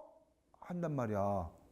그때 이 사람이, 야, 더럽다. 아유, 그 1,000만 원 갖고 더럽다. 하고 그 자리에 갚아버리면 괜찮아. 근데 이 사람이 이렇게 얘기한다. 야, 네가 어저께 빌려준 거 이미 포장마차 빵 깁는 기계 거기다 저 제작 비용으로 이미 들어갔고, 네가 빌려줄 때 1년간 빌려줬잖냐. 근데 하루 만에 돌라고 하면은 어떻게 되냐. 거부를 한단 말이야. 이게 이 사람이 가지고 있는 게 뭐요? 기한의 이익이지. 1년까지는 내가 안 갚을 권리가 이 사람한테 있다. 그게 기한까지 이익을 보유하고 있다는 얘기야. 그러면 금융기관이 기한이익의 상실조치라는 건 뭐냐? 원래 1년을 빌려줬는데 이 사람이 약정 내용을 위배했기 때문에 약정 기간을 앞으로 당기겠다. 채무자한테 기한의 이익을 준 것을 상실조치 시키겠다라는 그 의미지. 무슨 얘기인지 아시겠어요? 그러면 기한의 이익을 하니까 이 사람한테 1,000만 원 갚아라 소송을 건단 말이야. 그러면 이 사람은 이렇게 얘기하지. 재판장에 갖고, 빌린 건 사실입니다, 재판장님. 그렇지만 보세요. 차용금 증서에 현금 보관증에 2019년도 5월 30일, 8월 30일까지 꺼기로 이렇게 됐잖아요. 근데 오늘 며칠이에요? 오늘은 2018년도 9월 5일이거든요. 그러니까 이건 내가 빌린 건 사실이지만 지금 내가 안 갚을 권리가 있습니다. 그렇게 하면 판사가 뭐라고 하는 줄 아세요? 너 무슨 소리 하고 있느냐? 이 사람은 B한테 채권이라는 보유력도 있고 청구력도 있어요. 다시 말해서 1,000만 원을 받을 수 있는 권리를 보유하고 있다는 얘기입니다. 이건 갖고 있지만 청구력은 갖고 있으되 시기가 아직 미도래가 됐다 이거. 청구력은 미발생이 됐다 이거지. 무슨 얘기인지 아시겠어요? 채권을 갖고 있다고 해서 무조건 청구할 수 있는 권리가 있다라는 개념이 아니라는 얘기를 하는 겁니다. 그러면 채권 채무 계약은 보유력도 있고 청구력도 있고 말 그대로 여기에 해지력도 있고 해제권도 있고 처리권도 있고 수많은 이 권리, 이런 권리를 갖다 무슨 말로 생각하시면 되냐면 여러분들 주머니 속에 동전이 10원짜리 동전도 있고 100원짜리 동전도 있고 500원짜리 동전도 있어요. 그래가지고 주머니 속에 가는 500원짜리도 있고 100원짜리도 있고 10원짜리도 있단 말이에요. 이 주머니가 계약이야. 그 다음에 채무라는 것은 이 500원짜리 주머니, 500원짜리 동전, 10원짜리 동전, 100원짜리 동전 중에서 100원짜리 동전만을 말할 때 채무라는 얘기를 씁니다.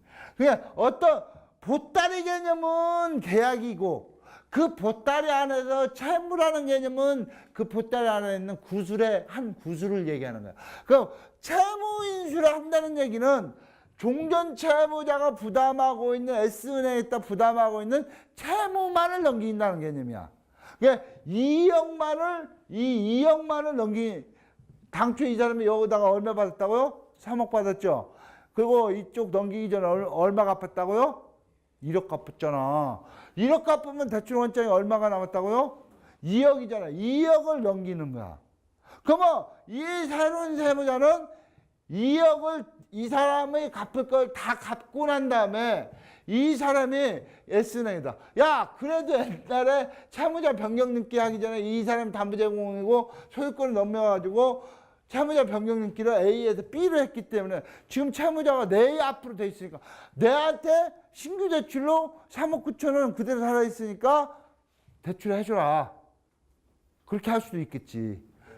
채무자가 S은행이 뭐라고 하냐. 네가 계약인수를 따갔으면은 계약인수를 따갔다는 얘기는 이 사람의 권리, 채무만을 넘겨받는 게 아니라 뭘 넘겨받았다? 뭐요 이게? 포지션을 넘겨받은 거야. 지위 자체를 통째로 넘겨받은 거야. 그리고 채무인수는 통째로 넘어간 게 아니라 종전 구채무자가 갖고 있는 채무만을 넘겨받은 거지. 그렇기 때문에 채무인수로 했을 때는 S은행이 분명히 그래요. 아무리 네가 이걸 2억 갖고 3억 9천이 그대로 설정되어 있는 상태에서 이걸 신규 대출 요구하지만 이게 네가 포지션을 넘겨받은 게 아니라 채무만을 넘겨받았기 때문에 당신한테 신규 대출을 취급할 수가 없습니다. 그렇게 얘기가 난단 말이에요. 근데 만약에 이걸 넘겨받는 과정을 채무인수가 아니라 계약인수로 넘겨받았단 말이야. 응? 그러면은 신채무자와 구채무자의 지위를 그대로 넘겨왔기 때문에 이 사람이 이 2억을 이 사람 앞으로 돼 있는 2억을 갚고 난 다음에 이 사람이 3억 9천을 다시 이용을 해가지고 다시 대출을 받아갈 수가 있다라는 얘기입니다.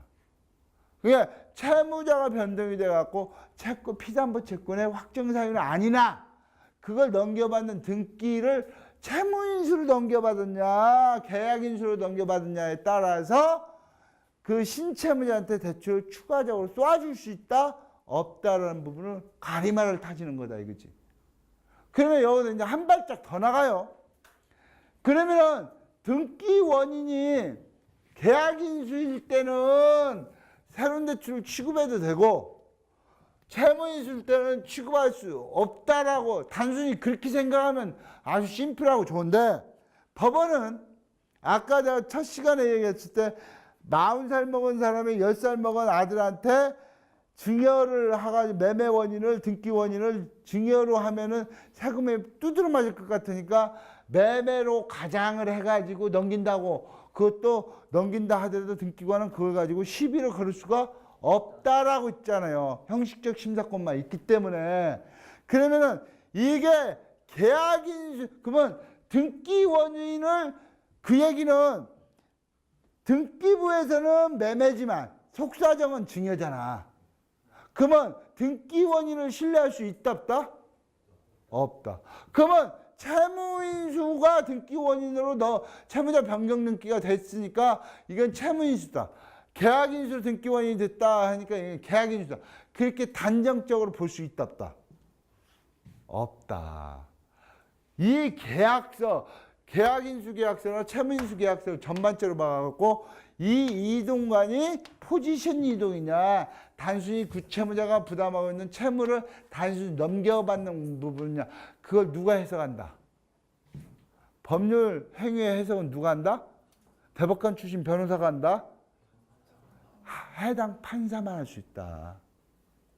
그러니까 여러분들은 등기 원인에다가 집착하는 것보다, 그거보다 더 중요한 게 뭐냐면 등기 원인에 해당되는 그걸 도출해가는, 법무사한테 여러분들 보면 법무사들은 등기 원인 서류인 그냥 설정계약서나 채무자 변경 계약서 같은 게 가필해요, 안 해요? 않잖아요. 그 사람들은 자기가 객장에 있는 변경 신청서에다만 쓰고 등기의 목적 해가지고 거기다 계약인수, 채무인수 그걸로 해갖고, 등기관은 이 서류, 원인 서류를 보긴 봐도 조문 다 읽어볼까요? 안 읽어볼까요?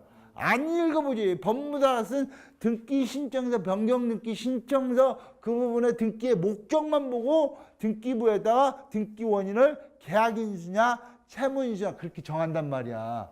그러니까 등기관의 원인을 거꾸로 말하면은 법무사가 등기 신청서, 변경 등기 신청서에 등기의 목적에다 뭘로 쓰냐가 계약인수로 쓰냐 채무인수로 쓰냐가 등기관을 움직이고, 등기관을 움직이면 등기관이 움직인 대로 등기는 떨어지고, 등기가 떨어지면 등기는 결국은 법무사가 어떻게 등기의 목적을 썼냐에 따라 나아진단 말이야.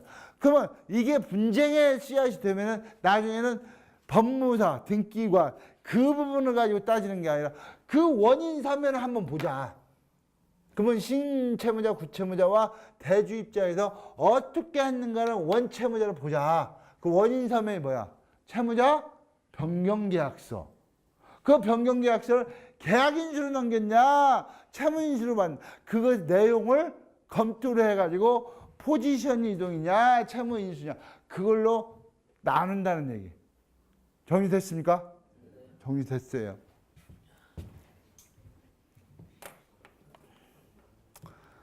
그러면은 그 8번 가로 9번 얘기했고, 그 다음에 근년 11번에 설정 당사자의 사망입니다. 채권자가 사망하는 경우 있을까요? 없을까요? 우리 금융기관 종사자인데 법인이 사망하는 경우 있나? 해당사항 없겠죠? 패스합니다. 채무자가 사망하는 경우, 소유자가 사망하는 경우, 이게 본인 담보물을 넣었을 때는 같은 개념이고 제3자 담보물이 들어왔을 때는 틀린 경우잖아. 무슨 얘기? 이 자체 사망한 결론만 얘기를 할게요. 이 사망 자체가 실질적으로 사망 자체가 피담보 채권의 확정 사유는 아니야. 근데 채무자가 죽었다고 봤을 때 한두 거래에서 추가 청구서 전표가 들어올 수 있을까 없을까? 없지. 이게 법리적으로는 사망 자체가 피담보 채권의 확정 사유는 아니나, 확정 사유가 아니라 할지언정 피담보 채권의 새로운 대출이 발생할 개연성이 없으니까 이론의 여지가 더 이상 검토할 문제가 없다라는 쪽으로 내가 이 얘기를 하면 되잖아요. 그 다음에 근저당권자의 설정 당사자의 합병입니다. 합병. 이 합병은 신협이 합병이 되는 경우나 채권자가 합병되는 경우도 있겠죠. 그때는 문제가 될 건 하나도 없어요. 이전 등기로 빠지니까. 그 다음에 예를 들어서 가장 최근에 뭐가 합병이 됐어요? 은행권 중에. 가장 최근에. 그렇지. 자기 멋쟁이. 하나은행과 위안은행 합병을 했잖아. 그래가지고 지금은 마크를 어떻게 써요? KEB 하나은행 그렇게. KEB가 코리안 익스체인지 뱅크란 말이야. 위안은행 표시잖아. 그래가지고 지금은 KEB 하나은행 그렇게 쓰잖아. 그러면 하나은행에서 대출해 준 게 있고 위안은행에 대출해 준 게 있는데 이 두 개가 합병이 됐잖아요. 그럼 특례법을 놔가지고 원래는 특례법을 놔가지고 위안은행 하나은행이 없어졌잖아. 아니 저기 위안은행이 없어졌잖아. 그것을 갖다가 원래는 채권자를 변경 등기하고 이전 등기 설정 변경 등기하고 마찬가지죠. 그렇기 때문에 등록세법에서는 형식적인 회사의 합병으로 인한 경우에는 형식적인 이전 등기 비용을 내지 않고 특례 조항이 있어가지고 그 등록세를 전부 다 감면해 주는 조항이 있어요. 그러니까 채권자 위안은행과 하나은행이 들어갔을 때 이전 등기 방식이 아니라 등기 원인이 합병행으로 등기. 그러니까 채권을 이전한 게 아니라 각자가 가지고 그냥 합쳐버린 거지. 이걸 이주과 이쪽으로 넘겨준 개념하고는 성격이 틀리잖아요. 요는 여기에 계신 분들 중에서 우리 조합이 어디 조합 다른 조합하고 합병을 한다. 그러면 그때 이 책을 찾아보시지 내가 거기까지 내가 여기서 설명하고 있을 문제는 아니다라는 얘기. 그 다음에 근저당권 13번에 설정 당사자의 파산. 이 파산은 제3자 담보물이 들어왔을 때하고 본인 담보물이 들어왔을 때하고 틀린 거예요. 예를 들어서 이런 경우라 이거지.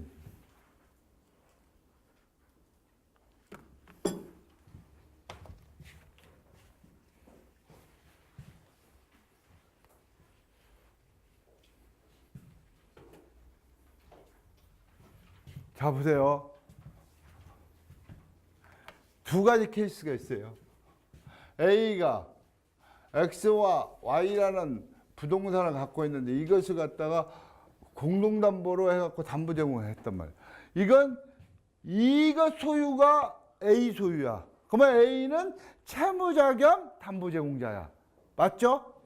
근데 B라는 사람이 처남이고 매형이고 처남이 담보 제공 담보 대출을 받는데 보유 재산이 없으니까 매형에 이것을 담보 제공했을 때 이건 물상보 증인이지. 파산은 이쪽이 파산이 될 수도 있고 이쪽이 파산이 될 수도 있겠죠. 뭔 얘기인지 아시겠어요? 이쪽이 파산이 됐을 때도 별채권 이제 마지막 시간에 이제 내가 개인 희생 채무 과정에서 개인 희생 사건에서 근저당권자의 위치, 그 다음에 화입법상에서 말하는 근저당권자의 위치, 그 다음에 파산법상에서 말하는 근저당권자 포지션. 그건 나중에 설명을 드릴 거예요. 이건 맛보기로만 이해를 하고 넘어가시라고요. 이렇게 당사자, 금융기관이 파산하는 경우 있겠죠? 있을까 없을까? 우리는 P&A 방식으로 지금 우리는 IMF 때도 파산한 금융기관 없어요. 다 충청은행은 하나은행에서 흡수했지. 간혹 경남은행은 어디에서 흡수? 부산은행, 대구은행 살아있고. 그 옛날 대동은행, 보람은행, 동아은행, 평화은행, 제일은행, 조은행, 수도 없이 명멸을 했지. 근데 채권자가 파산하는 경우는 내가 여기서 강의할 필요가 없겠죠. 여러분들이 소속되고 있는 조합 자체가 없어지는 경우를 얘기하는 거니까. 그건 생략하고 파산자가 채무자가 파산했을 때도 원칙적으로 피담보 채권의 확정 사유는 아니다. 근데 현실적으로 채무자가 사망을 했는데 신규 대출이 취급이 되겠느냐. 그런 쪽에서 검토해 주시면 되고, 그 다음에 다시 위로 올라가지고 채권자 대위권에 의한 6번입니다. 채권자 대위권에 대한 경매 신청. 그 다음에 피담보 채권의 기한이익상심의 후순위 근저당권자의 대위. 이 후순위, 이 7번하고 6번은 여기서 설명할 게 아니라 나중에 경매 저쪽 뒤에 보면은 이시배당과 동시배당 부분이 얘기가 나와요. 그때 이시배당이 뭐고 동시배당이 뭐고 후순위권자가 선순위권자를 대위권 행사, 대위권이라는 얘기가 나오네. 또 채권자 대위권이라는 얘기가 나와요. 채권자 대위권이라는 용어가 나오네요. 이 대위도 변제대위 중에서 법정대위가 있고 임의대위가 있어요. 이 법정대위와 임의대위와 이 개념하고 채권자 대위권 개념하고 또 틀린 개념이야. 그러니까 대위라는 용어를 써도 변제, 채권의 소멸 부분에 소멸이 6가지가 뭐예요? 민법은 채권의 소멸을 6가지를 정하고 있어요. 변제, 상계, 대물변제, 공탁, 그 다음에 혼동, 면제. 이 6가지를 정해놓고 있거든요. 그러면 채무자가 안 갚았을 때 담보제공자 한 사람이 돈을 대신 안 갚으면 은행은 담보제공자 부동산 경매를 칠 거 아니야. 그러니까 운명여자 먹기로 채무자를 대신해 갖고 매형이 천함 대신해서 갚은 경우도 발생하겠지. 그때 매형은 금융기관이 가지고 있는 근저당권을 넘겨받는 게 대위란 말이야. 무슨 얘기인지 아시겠어요? 그 다음에 차순위 대위라는 건 뭐냐면은 후순위 공동담보에서 나오는 얘기거든요. 그러니까 그때 가서 같이 묶어서 설명을 하는 걸로 하겠습니다. 차례표 20페이지 확정의 효력. 확정의 효력 페이지 숫자는 210페이지를 지금 가고 있어요. 피담보 채권의 확정이 됐는가 안 됐는가를 등기부등본으로 보고 알 수 있다 없다? 없다. 등기부등본에서 안 나타난다. 그것은 그 금융이 아까 피담보 채권 확정 사유를 얘기했듯이 그런 것을 살펴보고 할 문제지 그 등기부등본으로 확인되는 사항이 아니다. 그 다음에 피담보 채권의 범위는 채권 최고액 3억 9천에 포섭되어 있는 3억이 전부 다 피담보 채권의 확정 사유가 되면은 같이 올수업이 되고 그 이후에 신규 대출은 그 채권 최고액 3억 9천에 포섭이 안 된다. 근데 여기에서 이제 문제가 하나가 발생이 되는 게 그러면은 피담보 채권에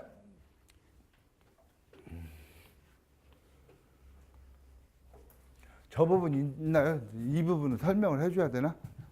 아, 그냥 진도 빨리 해야 되겠. 채권 확정의 효력 그 정도 얘기하고 채권 추구액 부분은 뭔 얘기냐면 130%인 3억 9천을 얘기하는 거예요. 이거 설명 안 해도 되죠? 자, 그러면 나머지 이미 설정한 근저당권의 활용. 여기가 수변각서, 요용각서, 원용각서라는 개념이 나와요. 자, 우리 여신업무 방법서를 보면은 근저당에 이제 이것만 하면은 오늘 강의는 끝납니다. 여러분들 교재를 보다 보면 교재가 아니라 여러분들 내가 여신업무 방법서를 다 명쾌하게 알고 있지는 않으나 수변각서, 원용각서, 사용각서, 유용각서 참 말도 많네요. 어떻게 틀려요? 다시 재대출, 기간 연장, 기간 갱신, 서환, 대환, 경계. 어떻게 틀려요? 딱딱 설명을 해줄 뿐. 이건 설명할 수가 없어요. 왜 그러냐면요. 이건 법률적인 용어가 아니거든요. 자, 보세요. 이거 이름이 뭐죠? 텀블러죠. 왜 이걸 텀블러라고 하죠? 왜 이걸 텀블러라고 그래요? 말을 바꿉니다. 이게 뭐예요? 접시죠? 태초에 하나님께서 이걸 접시라고 했나요? 에? 언제부터 이걸 접시라고 개념을 잡아요? 언어는요, 언어는 뭐다? 사회적 약속일 뿐이다. 언어에 가치가 있는 건 아니에요. 제 말 들어보세요. 내가 호주머니에 심사인당 5만 원짜리죠. 세종대왕은 1만 원짜리죠. 내가 어저께 심사인당 한 장 빌려줬어요. 그럼 오늘 딱 갚어. 그래서 내가 야 화폐번호를 보니까 어저께 내가 빌려준 화폐번호가 아니네. 너 어저께 화폐번호 그거 가져와. 그래요 안 그래요? 내가 미치지 않는 한 그 얘기를 안 치. 그리고 내가 어저께 심사인당 한 장 줬는데 오늘 아침에 여기서 세종대왕 5장을 갖고 오는 거야. 내가 어저께 준 것은 심사임당 한 장 줬는데 왜 너는 왜 세종대왕 5장으로 갖고 와? 그거 따져요 안 따져요? 안 따지. 안 따지는 이유가 뭐예요? 화폐는 그 물건의 문제가 있는 게 아니라 그 가치의 문제를 따지기 때문에 그래요. 심사임당 한 장이나 세종대왕 5장이나 같은 거지. 그럼 가치에 따라 중점을 뒀기 때문에 화폐의 가치라는 개념. 그 화폐 그것이 문제가 되는 게 아니라 그것의 가치를 얘기하는 거다 이거지. 그러면 국어학에서도 얘기를 그래요. 언어는 약속이에요. 수변각서를 요런 걸 수변각서로 하자. 오케이? 요런 걸 원형각서로 하자. 요것을 사용각서로 하자. 요것을 유용각서로 하자. 약속이란 말이야. 그러면 우리가 채무자한테 대출을 받을 때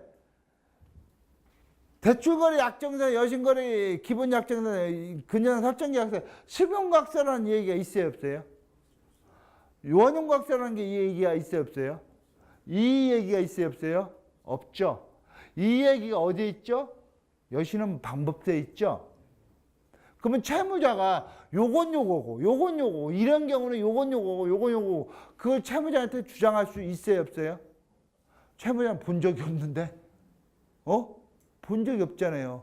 그냥 여신업무방법서 이걸 수변각서로 한다. 이걸 원형각서로 한다. 이걸 그 개나 전혀 의미 없는 얘기나 진배 있어요 없어요? 첫 번째 진배 없어요. S은행에서 이거 쓰고 있는 거하고 W은행에서 쓰고 있는 거하고 K은행에서 이 말을 쓰고 있다고 봅시다. K은행 여신업무방법서, W은행 여신업무방법서, S은행 여신업무방법서 조금씩 틀리겠죠. K은행은 요런 경우를 수변각서라고 정의를 내놓을 수도 있는데 W은행은 요 개념을 요걸로 해석할 수도 있겠죠. 무슨 얘기인지 아시겠어요?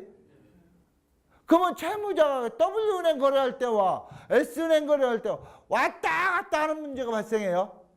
그냥 여신업무방법서에 요러한 것은 수변각서로 한다. 그건 전혀 의미 없는 짓거리를 하고 있는 거지. 그러면 국어학적으로 여러분 네이버 놈한테 한번 물어보세요. 수변각서가 뭡니까? 그렇게 물어보세요. 사용각서가 뭡니까?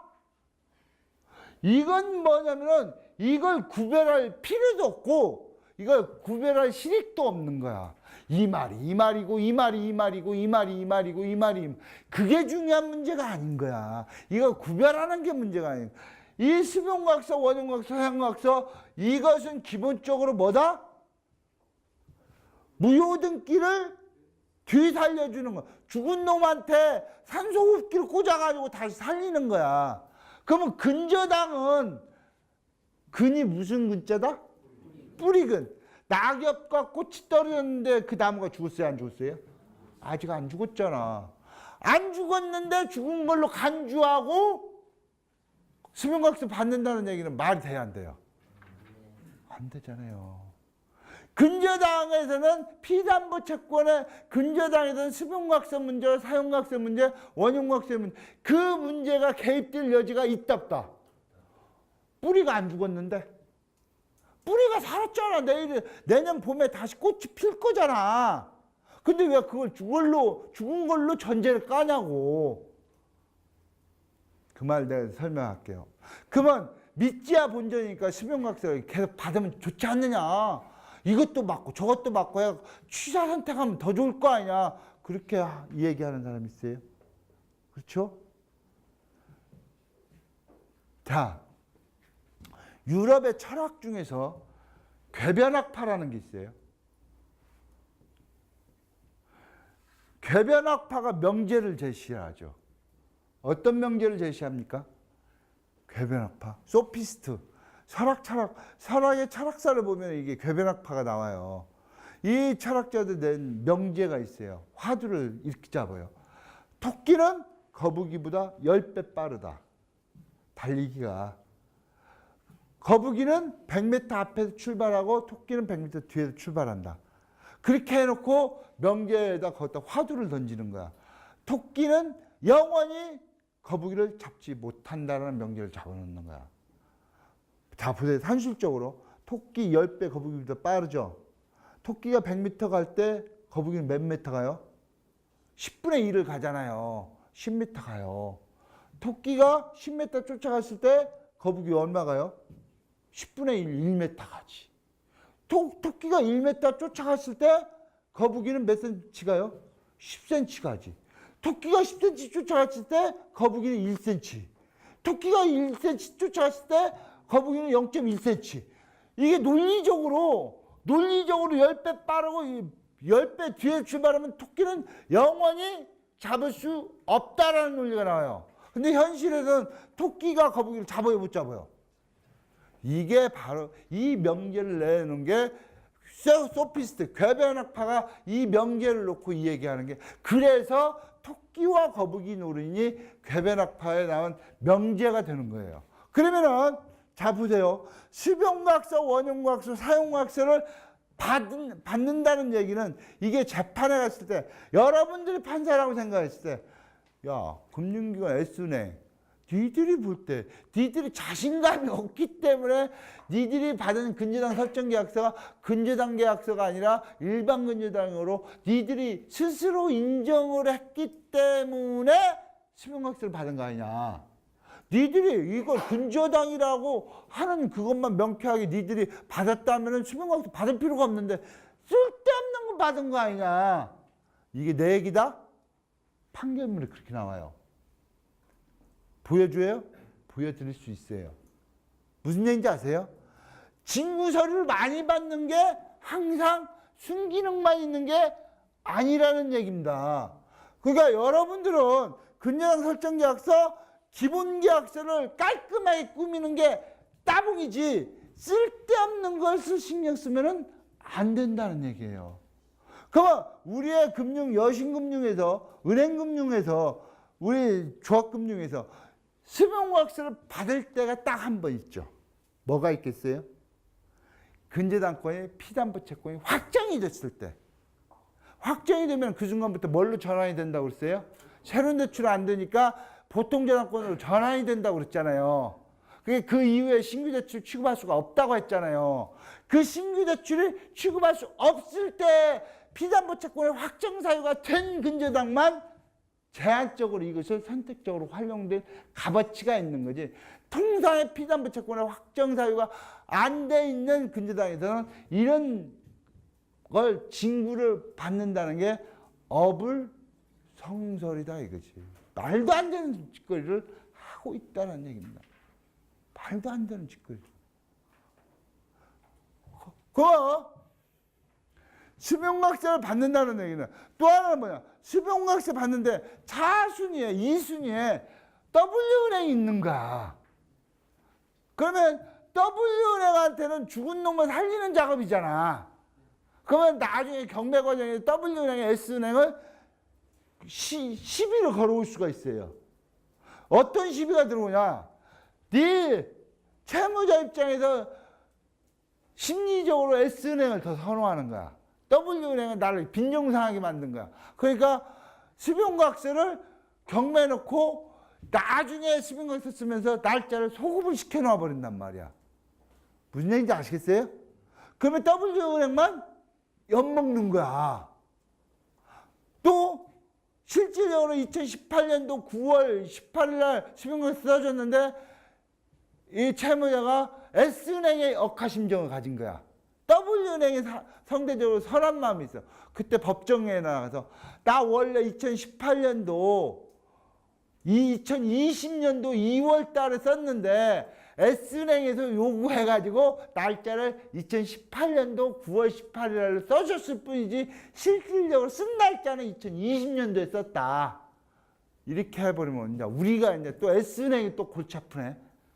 그러니까 이 부분을 채무자가 장난질을 못 치게끔 하기 위해 여기다가 확정일자를 받아놔야만이 S 입장에서는 안전바이고 W은행이 나중에 경매 과정에 배당 이의가 들어왔을 때 항변하려면 수변각서 받으면 그 각서에다가 확정일자를 받는 게 낫다.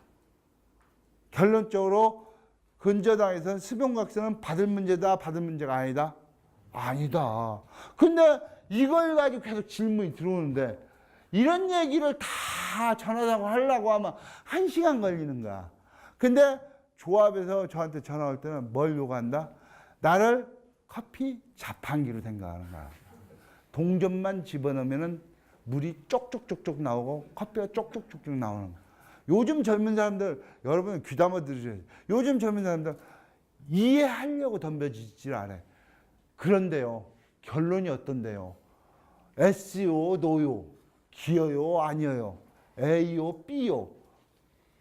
미치는 거야. 이 개념을 정확히 잡아줘야만이 반복되는, 지금 당장만 면피하면 되겠다는 얘기지. 나중에 궁금하면 또 물어보겠다는 얘기야. 나는 동전만 집어넣으면 계속 커피 자판기에 물 계속 쏟아줘야 되는 역할을 하는 거지. 그런 부분이 개인적으로 저는 서운하다. 그러면 이것도 마찬가지야. 대환과 서환이 어떻게 틀려요? 같은 은행에서 계정 과목이 뒤집어지는 게, 자, 이걸 보세요. 자, 한 번 더 써볼까요? 서류를 환치게 한다. 바꾼다는 개념이거든. 대환, 대출 과목을 바꾼다는 개념이야. 그러면 우리 은행, 우리 신협에서 대출 과목이 바뀌어지는 걸 서환이라고 그래요? 대환이라고 그래요? 에? 뭐라고 그래요? 재대출이라고 그래요? 뭐라고 그래요? 그러면 S은행에서 쓰는 용어와 K은행에서 쓰는 용어와 W은행에서 쓰는 용어가 획일적으로 맞을까요? 안 맞을까요? 다 틀리지. 그 나름대로 정의가 다 틀린 거야. 그러니까 이게 재판부에 가면은 요런 말은 재판부에서는 재판부님 여기 우리 여신업무방부터 수변각서가 이렇게 용어가 돼 있어요. 그러면 판사가 웃어. 야, 니들이 그렇게 쓰든 말든 채무자가 인식했냐? 안 했으면 니들 여신업무방부 73페이지 카피 따갖고 늘 필요도 없어. 채무자가 인식을 해야지. 무슨 얘기인지 아시겠어요? 그러니까 지금 수변각서나 이런 부분은 이건 요거다, 요건 요거다. 그것을 차지하는 그 자체가 어불성설이고, 또 하나는 근저당에서 원칙적으로 수변각서의 문제는 발생할 개연성이 전혀 없다라는 얘기. 여기까지 해가지고 234페이지까지 오늘 강의가 다 끝난 거예요. 이상입니다. 수고하셨습니다.